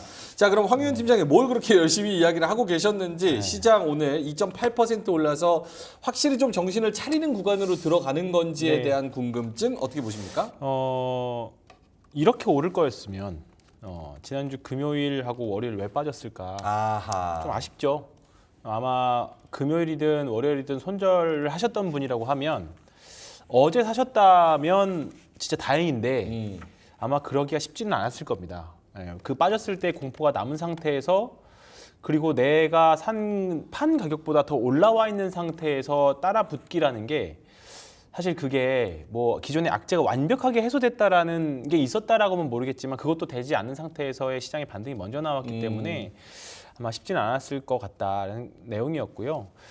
일단 이번 주에 여러 가지 이슈들이 있습니다. 월요일 날 오후에 전형적으로 외국인들이 구조적으로 현물과 선물 이용해가지고 시장에서의 플레이하는 모습들이 전형적인 외국인 플레이가 나왔었고 딱 그대로 지금 시장은 움직여 가고 있죠. 네. 예, 선물로 현 선물 월요일에 동시에 밀다가 월요일 막판에 선물로 땡기기 시작했고요.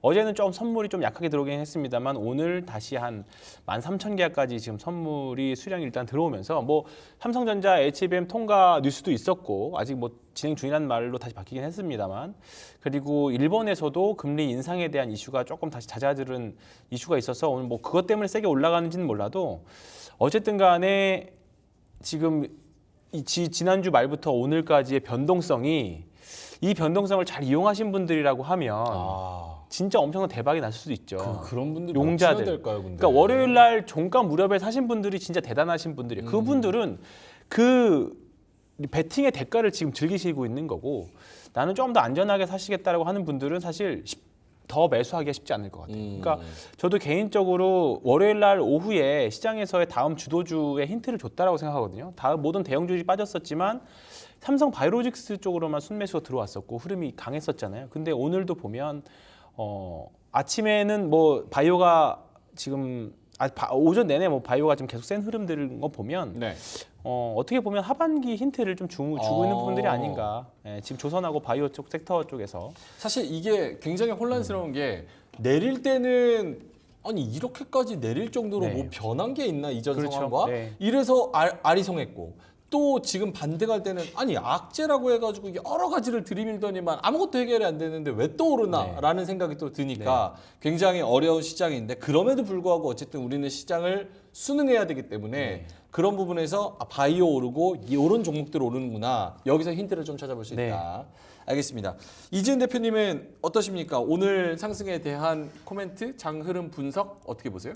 네, 오늘 상승에 대해서는 굉장히 좀 반가운 흐름이기는 하지만 오늘 흐름 하루만 가지고는 좀 판단하기는 저는 이르다라고 생각을 하고 있고요. 물론 어제도 또 예상 밖에 굉장히 강한 상승세가 나왔고 지금 우치다 시니치 일본은행 부총재가 일본의 금리 인상에 대해서 속도 조절할 것이다라는 이야기를 또 하면서 시장의 상승세를 좀 더 강하게 좀 뒷받침해주고 있는 모습이긴 한데요.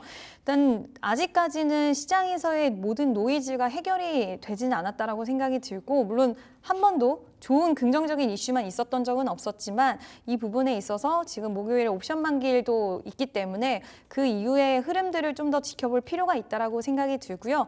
다만 지금 이제 부정적으로 시장을 보자라는 이야기를 드린 것은 아니고 지금 오늘 빨간불을 또 어제에 이어서 켜내기 때문에 개인 투자자분들 중에서는 지금 공격적으로 매수를 하자라고 결정을 하시는 분들도 계실 수 있는데 그 타이밍적인 부분에 있어서는 좀 더 보셔야 된다라고 말씀을 드리는 거고요.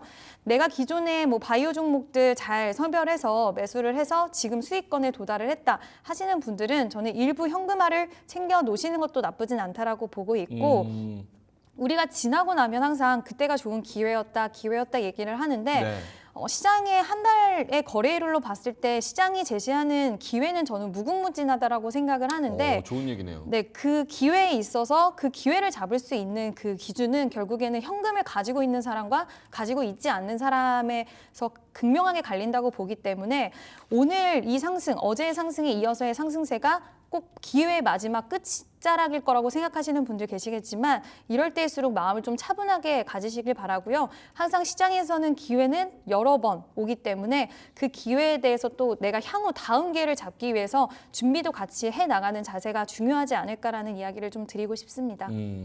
마크님께서 와 패널 누나 설명 굿. 근데 설명 듣기 전인데 미리 굿.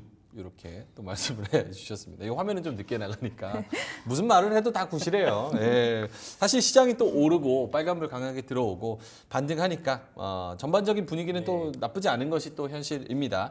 자, 알겠습니다. 두 분이 오늘 하실 말씀이 많을 것 같아서 주제로 바로 들어가 보도록 하겠습니다. 이지은 대표님이 가지고 오신 주제 보여주시죠.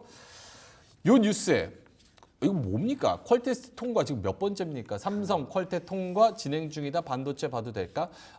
아침에 이제 로이터 쪽에서 이야기가 나온 게 8단으로 해서 3E, HBM 3E가 통과됐다. 클리어. 그러니까 이걸 직역하기는 매우 어려운데 어쨌든 통과됐다는 식의 보도가 나왔고 삼성 측에서는 아직 진행 중이다. 뭐 이렇게 반박 아닌 반박 이야기가 좀 나오는 것 같습니다. 여기에 따라서 초반에 하이닉스가 좀 밀렸고 삼성전자는 플러스로 올라갔고 지금은 하이닉스가 좀 컴백을 하는 그런 모습인데 전반적으로 이 뉴스와 그리고 현재까지의 주가 흐름을 같이 놓고 판단을 한다면 어떤 분석이 나오는지. 일단 맨날 진짜 이 외신 보도가 투자자분들의 심리를 더 오히려 안 좋게 만드는 게 아닌가라는 생각도 들면서 또 이제는 좀 무뎌졌어요. 이제 그쵸? 무뎌졌죠. 네. 근데 한편으로는 이렇게까지 계속 연속적으로 뉴스가 나오는 데는 분명히 좀 이유가 있지 않을까라고도 생각을 해볼 수는 있을 것 같은데요. 일단 저는 개인적으로 반도체 관련된 종목들이 물론 지금 HBM뿐만 아니라 낸드, 레거시 쪽으로도 수익을 잘 내고 있기 때문에 그와 관련돼서도 기대해 볼 수 있는 포인트들은 분명히 있겠지만 결국 시장이 바라는 건 삼성전자가 HBM3 퀄 테스트를 통과하느냐의 여부라고 생각이 들고 특히 12단까지의 통과 여부가 굉장히 중요할 것 같은데 그 부분에 있어서는 통과 이후에 저는 매수를 한다 하더라도 크게 늦지는 않을 거라고 일단은 보고 있고요. 지금 반도체 관련돼서는 좀 노이즈가 있다라고 보고 있는데 지금 젠슨항 CEO 같은 경우에도 엔비디아의 주식을 지난달에 4,400억 원어치를 매도를 했어요. 물론 시기적인 측면에서 이제 자세하게 이유에 대해서는 이야기는 하진 않았지만 어떻게 딱 시기가 맞아 떨어지게 주가가 빠지기 전에 매도를 했기 때문에 오히려 투자자들의 투심을 좀 불안하게 만들 수 있는 요소로 작용될 수도 있다라고 생각이 들고 최근에 블랙엘 신제품에 대해서 양산이 석 달 정도 출시가 지연될 수 있다라는 이야기가 있었는데 기존 제품에 있어서는 수요가 일단은 여전히 견고하기 때문에 우리나라 삼성전자와 SK 하이닉스의 영향은 제한적일 거라는 이슈도 나오긴 했지만 아무래도 투자자들의 심리적인 측면에서는 이 부분이 지금 당장 수익성에는 문제가 안 된다 하더라도 HBM 그리고 AI 시장의 전반적으로 흔들림에 있어서는 좀 걱정할 수 있는 요소는 저는 될 수 있다라고 보기 때문에 투심적인 측면에서 지금 우호적인 이슈보다는 안 좋은 이슈 쪽이 좀 더 많이 있어서 28일날 엔비디아 실적 발표 기점으로 뭐 시장의 분위기, 반도체를 바라보는 분위기와 이런 분위기가 바뀔 수는 있겠지만 저는 오늘 당장 하루 지금 빨간불을 양쪽 종목 모두 켜내고는 있지만 아까 앞전에 시장에 대해서 이야기했을 때랑 좀 비슷하게 말씀을 드리고 싶자면 오늘 빨간불을 켜낸다는 이유로 우리가 급하게 반도체 이제 정말 한 단계 레벨업을 하고 주가에 대한 기간 조정과 가격 조정을 마무리했구나라고 단정지어서 생각하기에는 좀 무리가 있다라고 생각이 들고요. 이건 투자자의 관점과 내가 어떤 투자의 성향을 가지고 있느냐에 따라서 달라질 수는 있을 것 같은데 반도체라는 이 섹터 자체에서 내가 장기적인 측면으로 좀 보고 싶다 하시는 분들은 일부 매수에 대한 부분들은 유효할 수는 있겠지만 지금 당장 단기적인 가격 조정과 기간 조정이 있어서 반등 나올 때 세게 지금 당장 오늘 빨간불로써 우리가 빨리 매수를 해서 이 수익에 대해서 챙길 수 있지 않을까 기대하시는 분들은 저는 지금은 좀 성급한 판단일 수도 있다라고 좀 조심스럽게 얘기를 드릴 수 있을 것 같고요. 지금 뭐 길게 말씀하셨지만 단기적으로는 반도체 조금 끝났다라고 얘기하기는 좀 어렵고 그렇죠. 쉴 수 있다. 네, 끝났다라고는 얘기하기는 어렵지만 오늘의 상승세가 횡보 구간으로 들어갈 수도 있다라고도 볼 수 있기 때문에 너무 좀 급하게, 그러니까 특히 반도체 같은 경우는 최근 강한 상승 랠리가 계속 이어졌기 때문에 내가 다시 우리가 발목에서 잡아야지라고 생각하기보다는 한번 강한 상승세가 나왔던 종목들은 우리가 발목을 특히 잡기가 더 어렵다라고 보고 있기 때문에 오히려 저는 반등 시그널이 좀 더 명확하게 나왔을 때 수익성적인 측면이 좀 적어진다 하더라도 오히려 그게 더 안전하고 맞지 않나라고 생각을 하고 있습니다. 이게 또 어떻게 색깔이 한번 확 바뀔지는 정말 뭐 큰 손의 마음이지만 네. 큰 수급의 마음이지만 일단 지금까지의 상황으로 봤을 때는 주도 섹터, 주도주가 확실히 제약바이오 이쪽으로 넘어가는 네. 듯한 그런 분위기예요. 그렇죠? 네, 맞습니다. 뭐 우리가 주도주 추세 추종 관점에서도 주도주의 뭐 지위를 잃으냐 떨어지느냐, 뭐 고점 대비 30% 이상 하락하느냐 마느냐로 뭐 사실 주도주를 판별하는 이탈 가능성에 대해서 판별하는 뭐 여러 가지 나와 있는 뭐 책에도 많이 나와 있고 그런 내용들이 있습니다만 일단은 계속 기존 주도주였던 SK 하이닉스 대장주 중에서는 그리고 뭐 테크윈 같은 소부장 이런 종목들을 보면 사실 좀 고점에서 과대하게 빠졌죠. 이게 과대 낙폭이라고 보기보다는 주도주의 이탈로 봐도 사실 저는 된다라고 생각하거든요. 근데 다만 과연 이 정도까지 빠질 일이냐까지는 조금 물음표기는 합니다. 그래서 일단 지금 워낙에 많이 빠졌기 때문에 모든 주도주의 역사들을 보면 대시세를 냈다가 이게 한 번에 하락 추세에서도 분명히 반등 구간이 분명히 있습니다.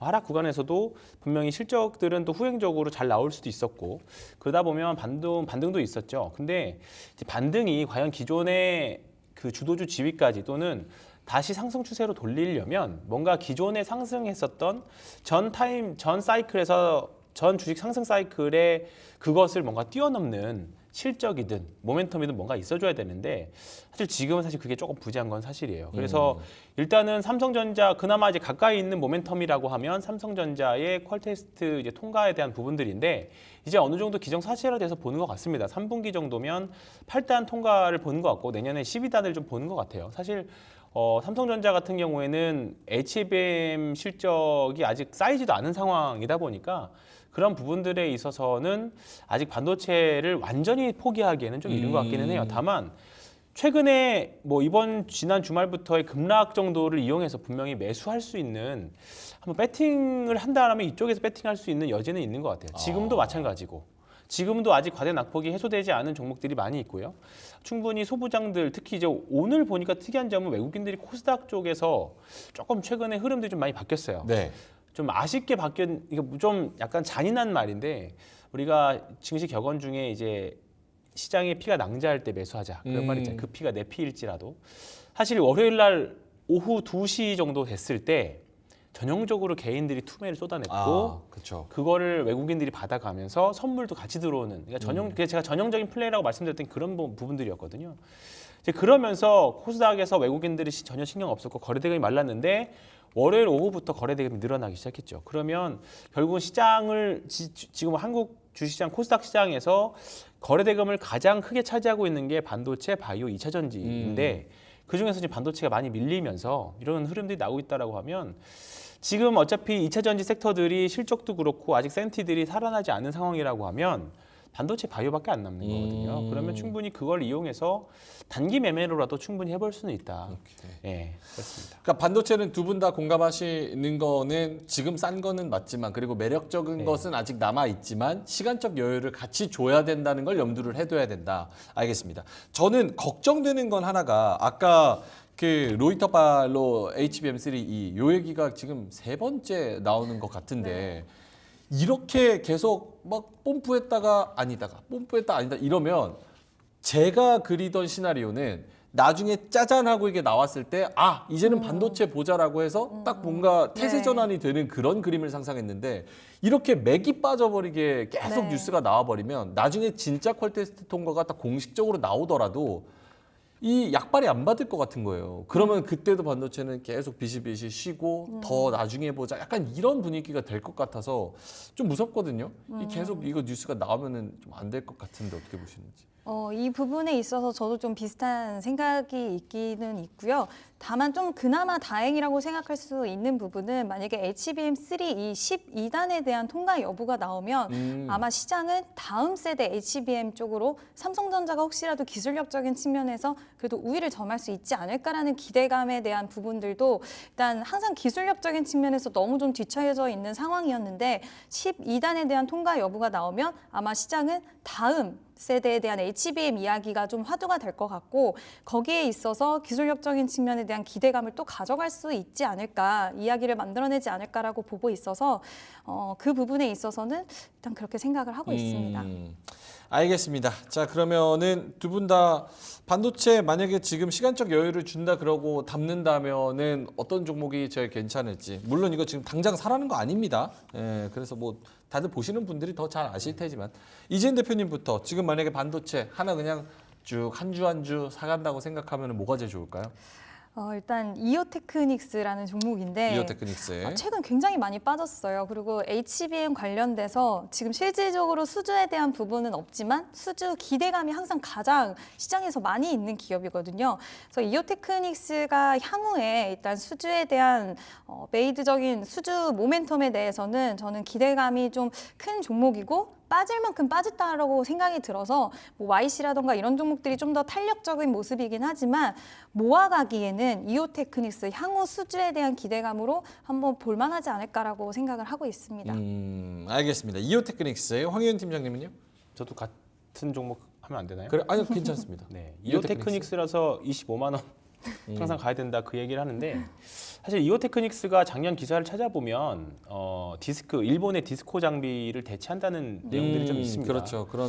근데 기대감이 이제 있었죠. 그게 작년에는 대체할 수 있다가 기술력을 개발했다였고 올해부터는 이런 부분에서 현실화되는 부분들이 좀 있는 것 같아요. 그래서 이오테크닉스 또는 뭐 말씀하셨으니까 하나 더 말씀드리면 PSK 홀딩스, 네, 이런 종목들도 삼성전자 HBM 통과 얘기 나면 가장 민감하게 반응했던 종목이 이 종목이거든요. 그리고 또는 삼성전자에서 그 찌꺼기 그 반도체 HBM 만들 때 나오는 그 세정 장비 만든 제우스 오늘 아까 VI까지는 제가 봤거든요. 오늘 지금도 10% 정도 오르고 있는데 한 요 정도 세 정도 종목 보시면 삼성전자와 관련된 HBM이 통과됐을 때 가장 민감하게 반응하는 종목들이 요 정도 종목이다 이렇게 보시면 될 것 같습니다. 알겠습니다. 네.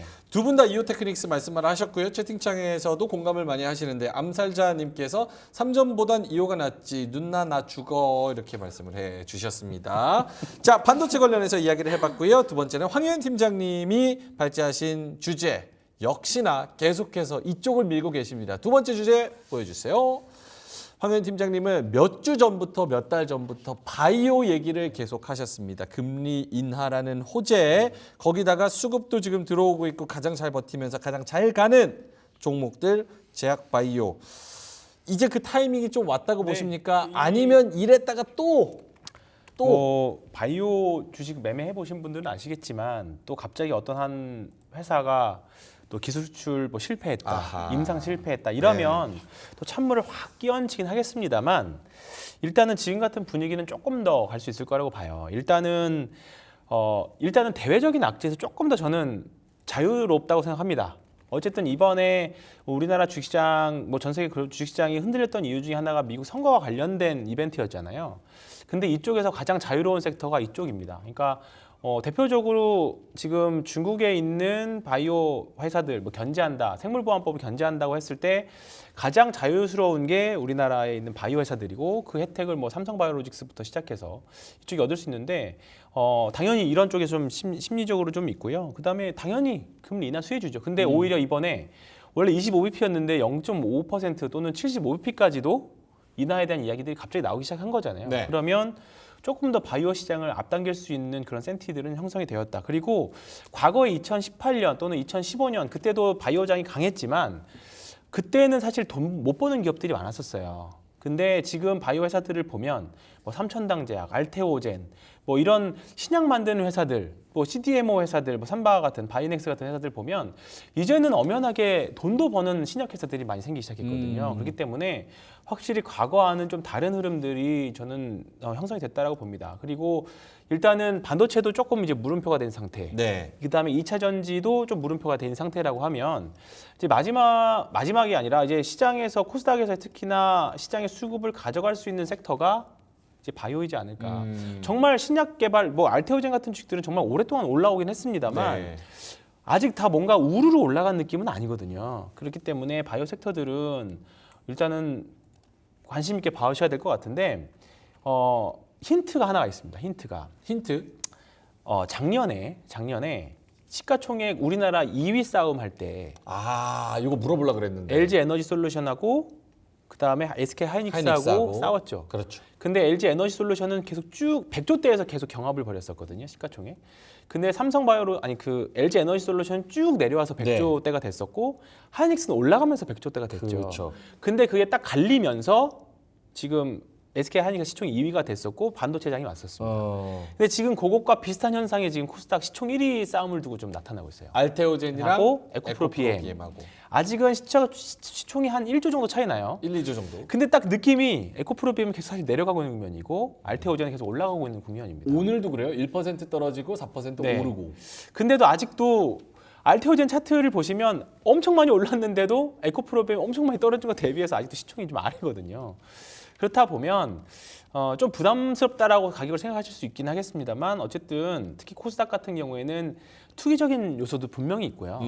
개인적으로는 올라가는 주식은 정말 저는 어디까지 올라갈지 모른다라는 생각입니다. 그러니까 특히 저는 PER이라던가 PBR 이런 거는 사실 바닥 잡을 때 저는 쓰는 지표라고 생각을 하고 가격의 고점을 형성 또는 주가의 어디까지 올라갈 거냐에 대한 부분들은 그 다음부터는 이제 심리적인 영향도 굉장히 좀 많이 센티적인 영향이 많이 가미된다고 생각을 하거든요. 그런 관점을 본다라고 하면 지금은 뭐가 됐든지 간에 바이오 섹터는 하나 정도 설사 삼성바이오로직스라도 저는 가지고 있다고 생각합니다. 이게 요즘 그러니까 주식 자체가 스토리가 다 탄탄하고 브레이크가 없는 종목들과 섹터들이 좀 잘 가잖아요. 네. 근데 이제 뭐 미국에서도 중국이랑 치고받고 하면서 CDMO 같은 거는 우리나라한테 맡긴다 그러고 금리 인하에 대한 기대감이 또 있다 그러고 수급 들어온다 그러고 뭐 비만 치료제라는 획기적인 약들이 또 나왔다 그러고 뭐 여러 가지 이슈들이 같이 겹치면서 그래 바이오 매물대도 없고 살만하지? 약간 요런 공감대가 형성이 되는 것 같습니다.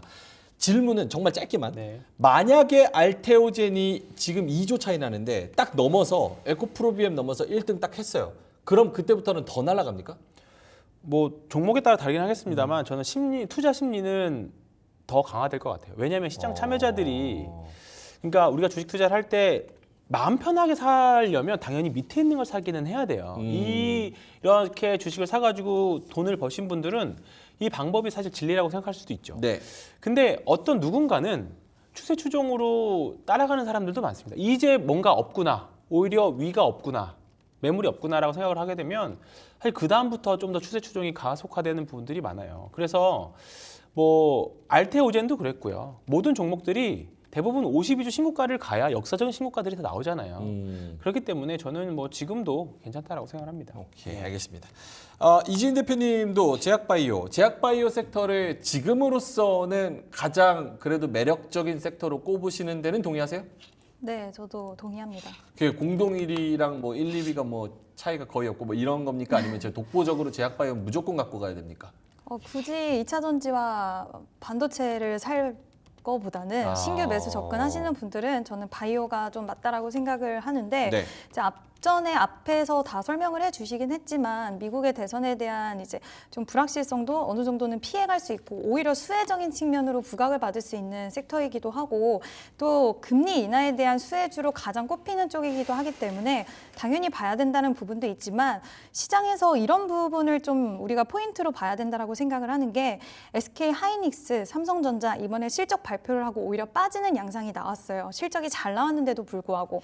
근데 오늘 종근당과 셀트리온이 강한 상승세가 나오고 있는데 영업이익은 양쪽 회사 모두 감소를 했지만 시장에서는 오히려 앞으로의 성장성, 뭐 셀트리온의 진펜트라에 대한 판매적인 부분의 성장성 이런 쪽으로 이제는 우리가 기존의 AI 시장에 대한 성장성에 좀 기대를 했던 것처럼 이제는 바이오 쪽의 종목들의 하반기의 수익성과 성장성에 좀 기대하는 이런 분위기의 흐름이 시장에서는 포착이 되고 있다라고 생각이 들어서 지금 시장에서 우리가 기대감적인 측면으로 반도체와 2차 전지 시장을 기대할 것인가 아니면 바이오 시장을 기대할 것인가라고 봤을 때 분명히 수급은 바이오 쪽에 좀 순을 들어주고 있다는 느낌이 강하게 들어서 일단 결국에 시장에서의 상승세가 나오려면 매력적으로 보는 투자자들이 많아야 되고 그만큼 수급이 돈이 많이 들어와야 되는데 시장에서 판단이 결국에는 실적을 두고 봤을 때도 지금 잘 나오는 실적이 다음까지 이어질 수 있느냐? 반도체에 대해서는 이런 의구심을 가지고 있고 오히려 바이오에 대해서는 지금 실적 좀 부진했지만 하반기 때 더 기대할 수 있을 것 같아. 여러 가지 우호적인 환경들이 잘 마련되어 있어라고 평가를 한다라고 보기 때문에 저는 바이오 종목들 지금도 충분히 매력적이라고 생각이 들고 매수하셔도 되지 않을까라는 의견을 좀 드리고 싶습니다. 알겠습니다. 바이오 이따가 이지은 대표님 공략주로 바이오 가져오셨죠? 예, 그래서 네. 이따가 그거는 들어보도록 하고 황희연 팀장님은 또 발제는 바이오 하셨는데 공략주는 다른 거 가져오셔서 바이오 안에서 사실 이거는 바이오 제약 바이오가 종목이 중요한 거니까 바이오 안에서 제약 바이오 안에서 한 종목을 굳이 하자면 짧게만 지금 시총일이 알테오젠 알테. 노리고 있는. 네. 근데 여기서 무너지면 또 어떻게 되는 거예요? 그렇기 때문에 바이오 뭐 모든 주식들이 마찬가지지만 리스크 관리가 1번입니다. 그리고 하반기에 뭐 지금 방송을 하니까 어쩔 수 없이 종목도 말하고 섹터도 말하지만 네. 시장 무너지면 뭐 아무리 업종 좋아도 다 필요 없죠. 예, 그렇기 때문에 일단은 리스크 관리고요. 내가 이 주식을 매수했을 때 어느 정도까지 감당할 수 있을까? 그게 본인의 기준이 매우 중요합니다. 그러니까 매수가 대비해서 마이너스 5%, 7%일 수도 있고요. 또는 21선, 61선이 될 수도 있고요. 또는 어떤 분들은 2%로 아주 짧게 치시는 분들도 있습니다. 사자마자 바로 수익이 안 나면 내 매매는 틀린 거다. 그렇게 생각하실 수도 있기 때문에 일단은 그런 관점에서 보신다고 하면 저는 리스크 관리가 일단 1번인데 만약에 대신에 위로 올라간다라고 하면 아주 수익에 대한 룸이 훨씬 더 아직 많이 있다라고 생각합니다. 네. 알겠습니다. 자, 알테오젠 말씀을 하셨고 우리 이지은 대표님은 이따가 공략주로 바이오를 소개를 해 주실 겁니다. 마지막 저희가 발제한 건데요. 이거 뉴스가 있어가지고 지금 좀 분위기 안 좋은 쪽 한번 점검을 하고 가야 될 것 같습니다. 세 번째 주제 보여주시죠. 아, 좋다 할 때 알아봤다 뭐 이런 분들도 계시고 어닝 쇼크 금쪽이 된 화장품주. 사실 화장품주도 좋다고 다 같이 올라갈 때는 옛날에 지났고 그 안에서도 또 선별적으로 한번 물이 갔다가 또 한번 리포트 나오면서 다시 한번 매기가 쏠렸다가 지금은 이제 아모레가 몇십억대 영업이익의 쇼크를 내면서 24% 지금 더 빠지는지 제가 확인을 안 해봤는데 어쨌든 제가 봤을 때에는 24% 정도 빠지고 있었던 그런 상황이었습니다. 아모레 G도 16% 빠졌었던 그런 상황이고 지금도 비슷하네요. 요 지금 화장품 두 분의 의견이 방송 전에는 굉장히 상반되게 갈렸습니다. 근데 그 100분 토론을 하기에는 시간이 너무 짧고 왜 좋게 보시고 왜 안 좋게 보시는지에 대한 의견을 짧게만 한마디씩만 해주신다면 황희연 팀장님. 일단은 상반기 대시세 섹터 중에 하나였고요. 그렇죠. 네, 일단은 단기적으로 추세는 꺾였는데 일단 오늘 아모레퍼시픽이 조금 안 좋은 분위기를 만들어내긴 했습니다. 워낙에 좀 많이 떨어졌고 오늘 거래량도 많이 나오는 구간이라 오히려 단기적으로 매매도 해볼 수 있는 구간까지 일단 만들긴 했습니다만 혹시나 저는 하반기에 경기 둔화에 대한 이슈가 또 이런 증시에서 워딩이 나왔을 때 네. 화장품 주식들은 특히나 지금 우리나라 화장품 주식들이 올라가는 이슈가 중국보다는 미국 쪽에 계속 확장된다라는 이슈로 올라가는 거잖아요. 네.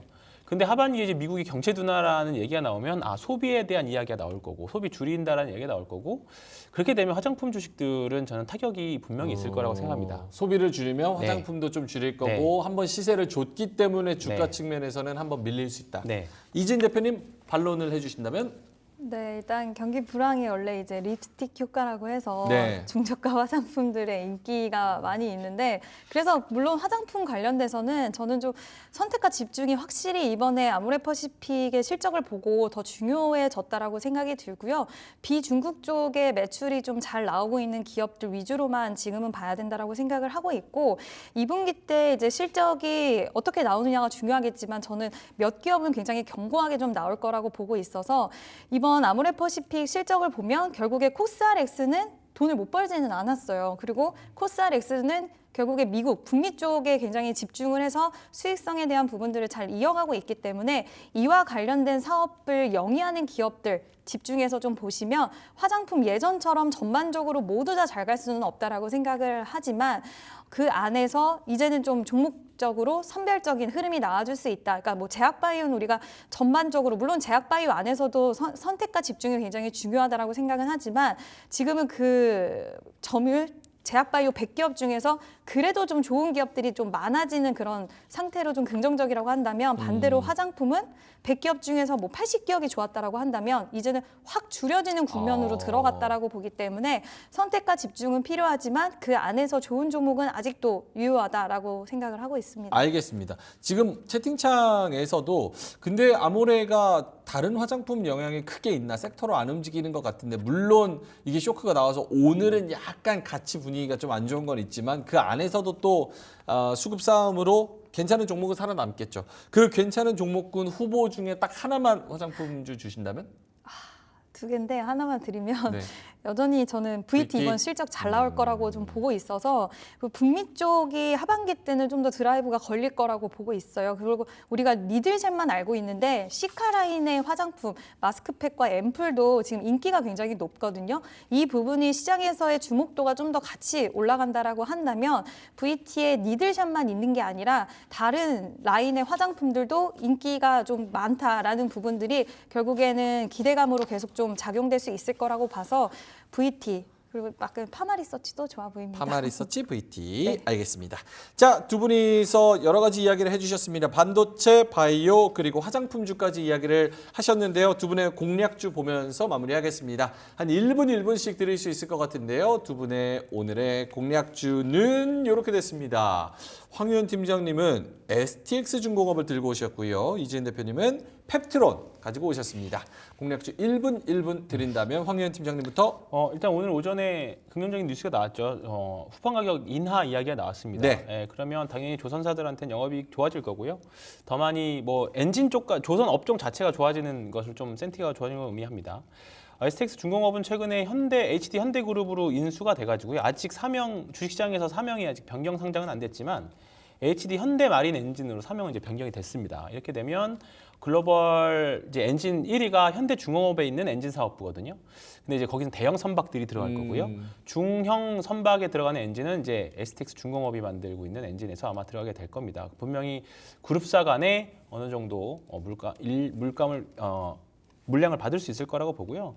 일단 한 10% 정도 차지합니다. 전체 선박 가격에서. 그렇기 때문에 매우 중요한 부품이고 계속 친환경 선박이라던가 여러 가지 이슈들 있기 때문에 지금 추세적으로도 사실 그저께 좀 세게 조정이 있었지만 아래 꼬리를 달고 굉장히 세게 달고 올라왔고 추세를 네. 다시 회복을 가장 빨리 하는 업종 중에 하나가 지금 조선인데요. 하반기 조선하고 바이오 이제 두 개 섹터를 이제 좀 주력으로 좀 보려고 하는데 이렇게 되면 하반기에도 조금 변동성은 좀 있습니다. 좀 시총이 좀 한 6천억 대이기 때문에 그럼에도 불구하고 한번 해볼 만한 주식이 되지 않을까 생각을 하고 있고요. 목표가는 역시나 저는 신고가 보고요. 손절가는 일단은 변동성이 크기 때문에 제가 네. 이번에 한 마이너스 한 7% 정도 매수가에 있어서 그렇게 좀 말씀드리고 싶습니다. 알겠습니다. 자, STX 중공업 가격 전략까지 말씀을 해주셨고요. 이지은 대표님도 한 1분도 못 드릴 것 같은데 펩트론. 네, 일단 비만 치료제고요. 네. 지금 기술 이전에 대한 기대감이 있는데 이제 통상 기술 수출 같은 경우에는 비밀 유지 계약이 되고 물질 이전에 대한 계약이 되고 텀시트 수령이 있고 그 다음에 계약 체결인데 텀시트 수령까지 진행이 된 상황입니다. 보통 월 1회 이제 한 번 주사를 하면 한 달 동안 효과가 지속될 수 있는 기술에 대한 모멘텀을 가지고 있기 때문에 지금 최근에 바이킹 테라퓨티스에서 한 달 주사하면 이제 1회 주사하면 한 달까지 효과가 가능한 그런 치료제를 또 선보였기 때문에 일라이 릴리 측에서도 급해질 수 있다라고 생각이 들어서 이 텀시트의 수령이 계약 체결까지 이어질 수 있는 기술 이전에 대한 기대감이 있고요. 물론 기술 이전에 대한 기대감이기 때문에 비중을 크게 실을 그럴 바이오 종목은 아니지만 일단 바이오 중에서 저는 비중 좀 크게 실을 종목은 실적도 뒷받침되는 종목이라고 생각을 해서 오늘 좀 소개시켜드리는 종목은 기대감적인 측면으로 좀 모멘텀이 있다. 그래서 비중을 크진 않지만 그래도 한 번은 기대감 가지고 매수해 볼 만하지 않나라고 생각이 들고 알겠습니다. 네, 목표가는 가격 75,000원. 네, 가격 전략은 자막으로 나가고 네. 있습니다. 자, 그러면 두 분의 공략주 그리고 섹터까지 잘 고민을 해보시고요. 저와 이 두 분은 여기서 좀 마무리를 짓겠습니다. 황유현 팀장님, 이지은 대표님, 그럼 저는 여기서 물러갑니다. 고맙습니다.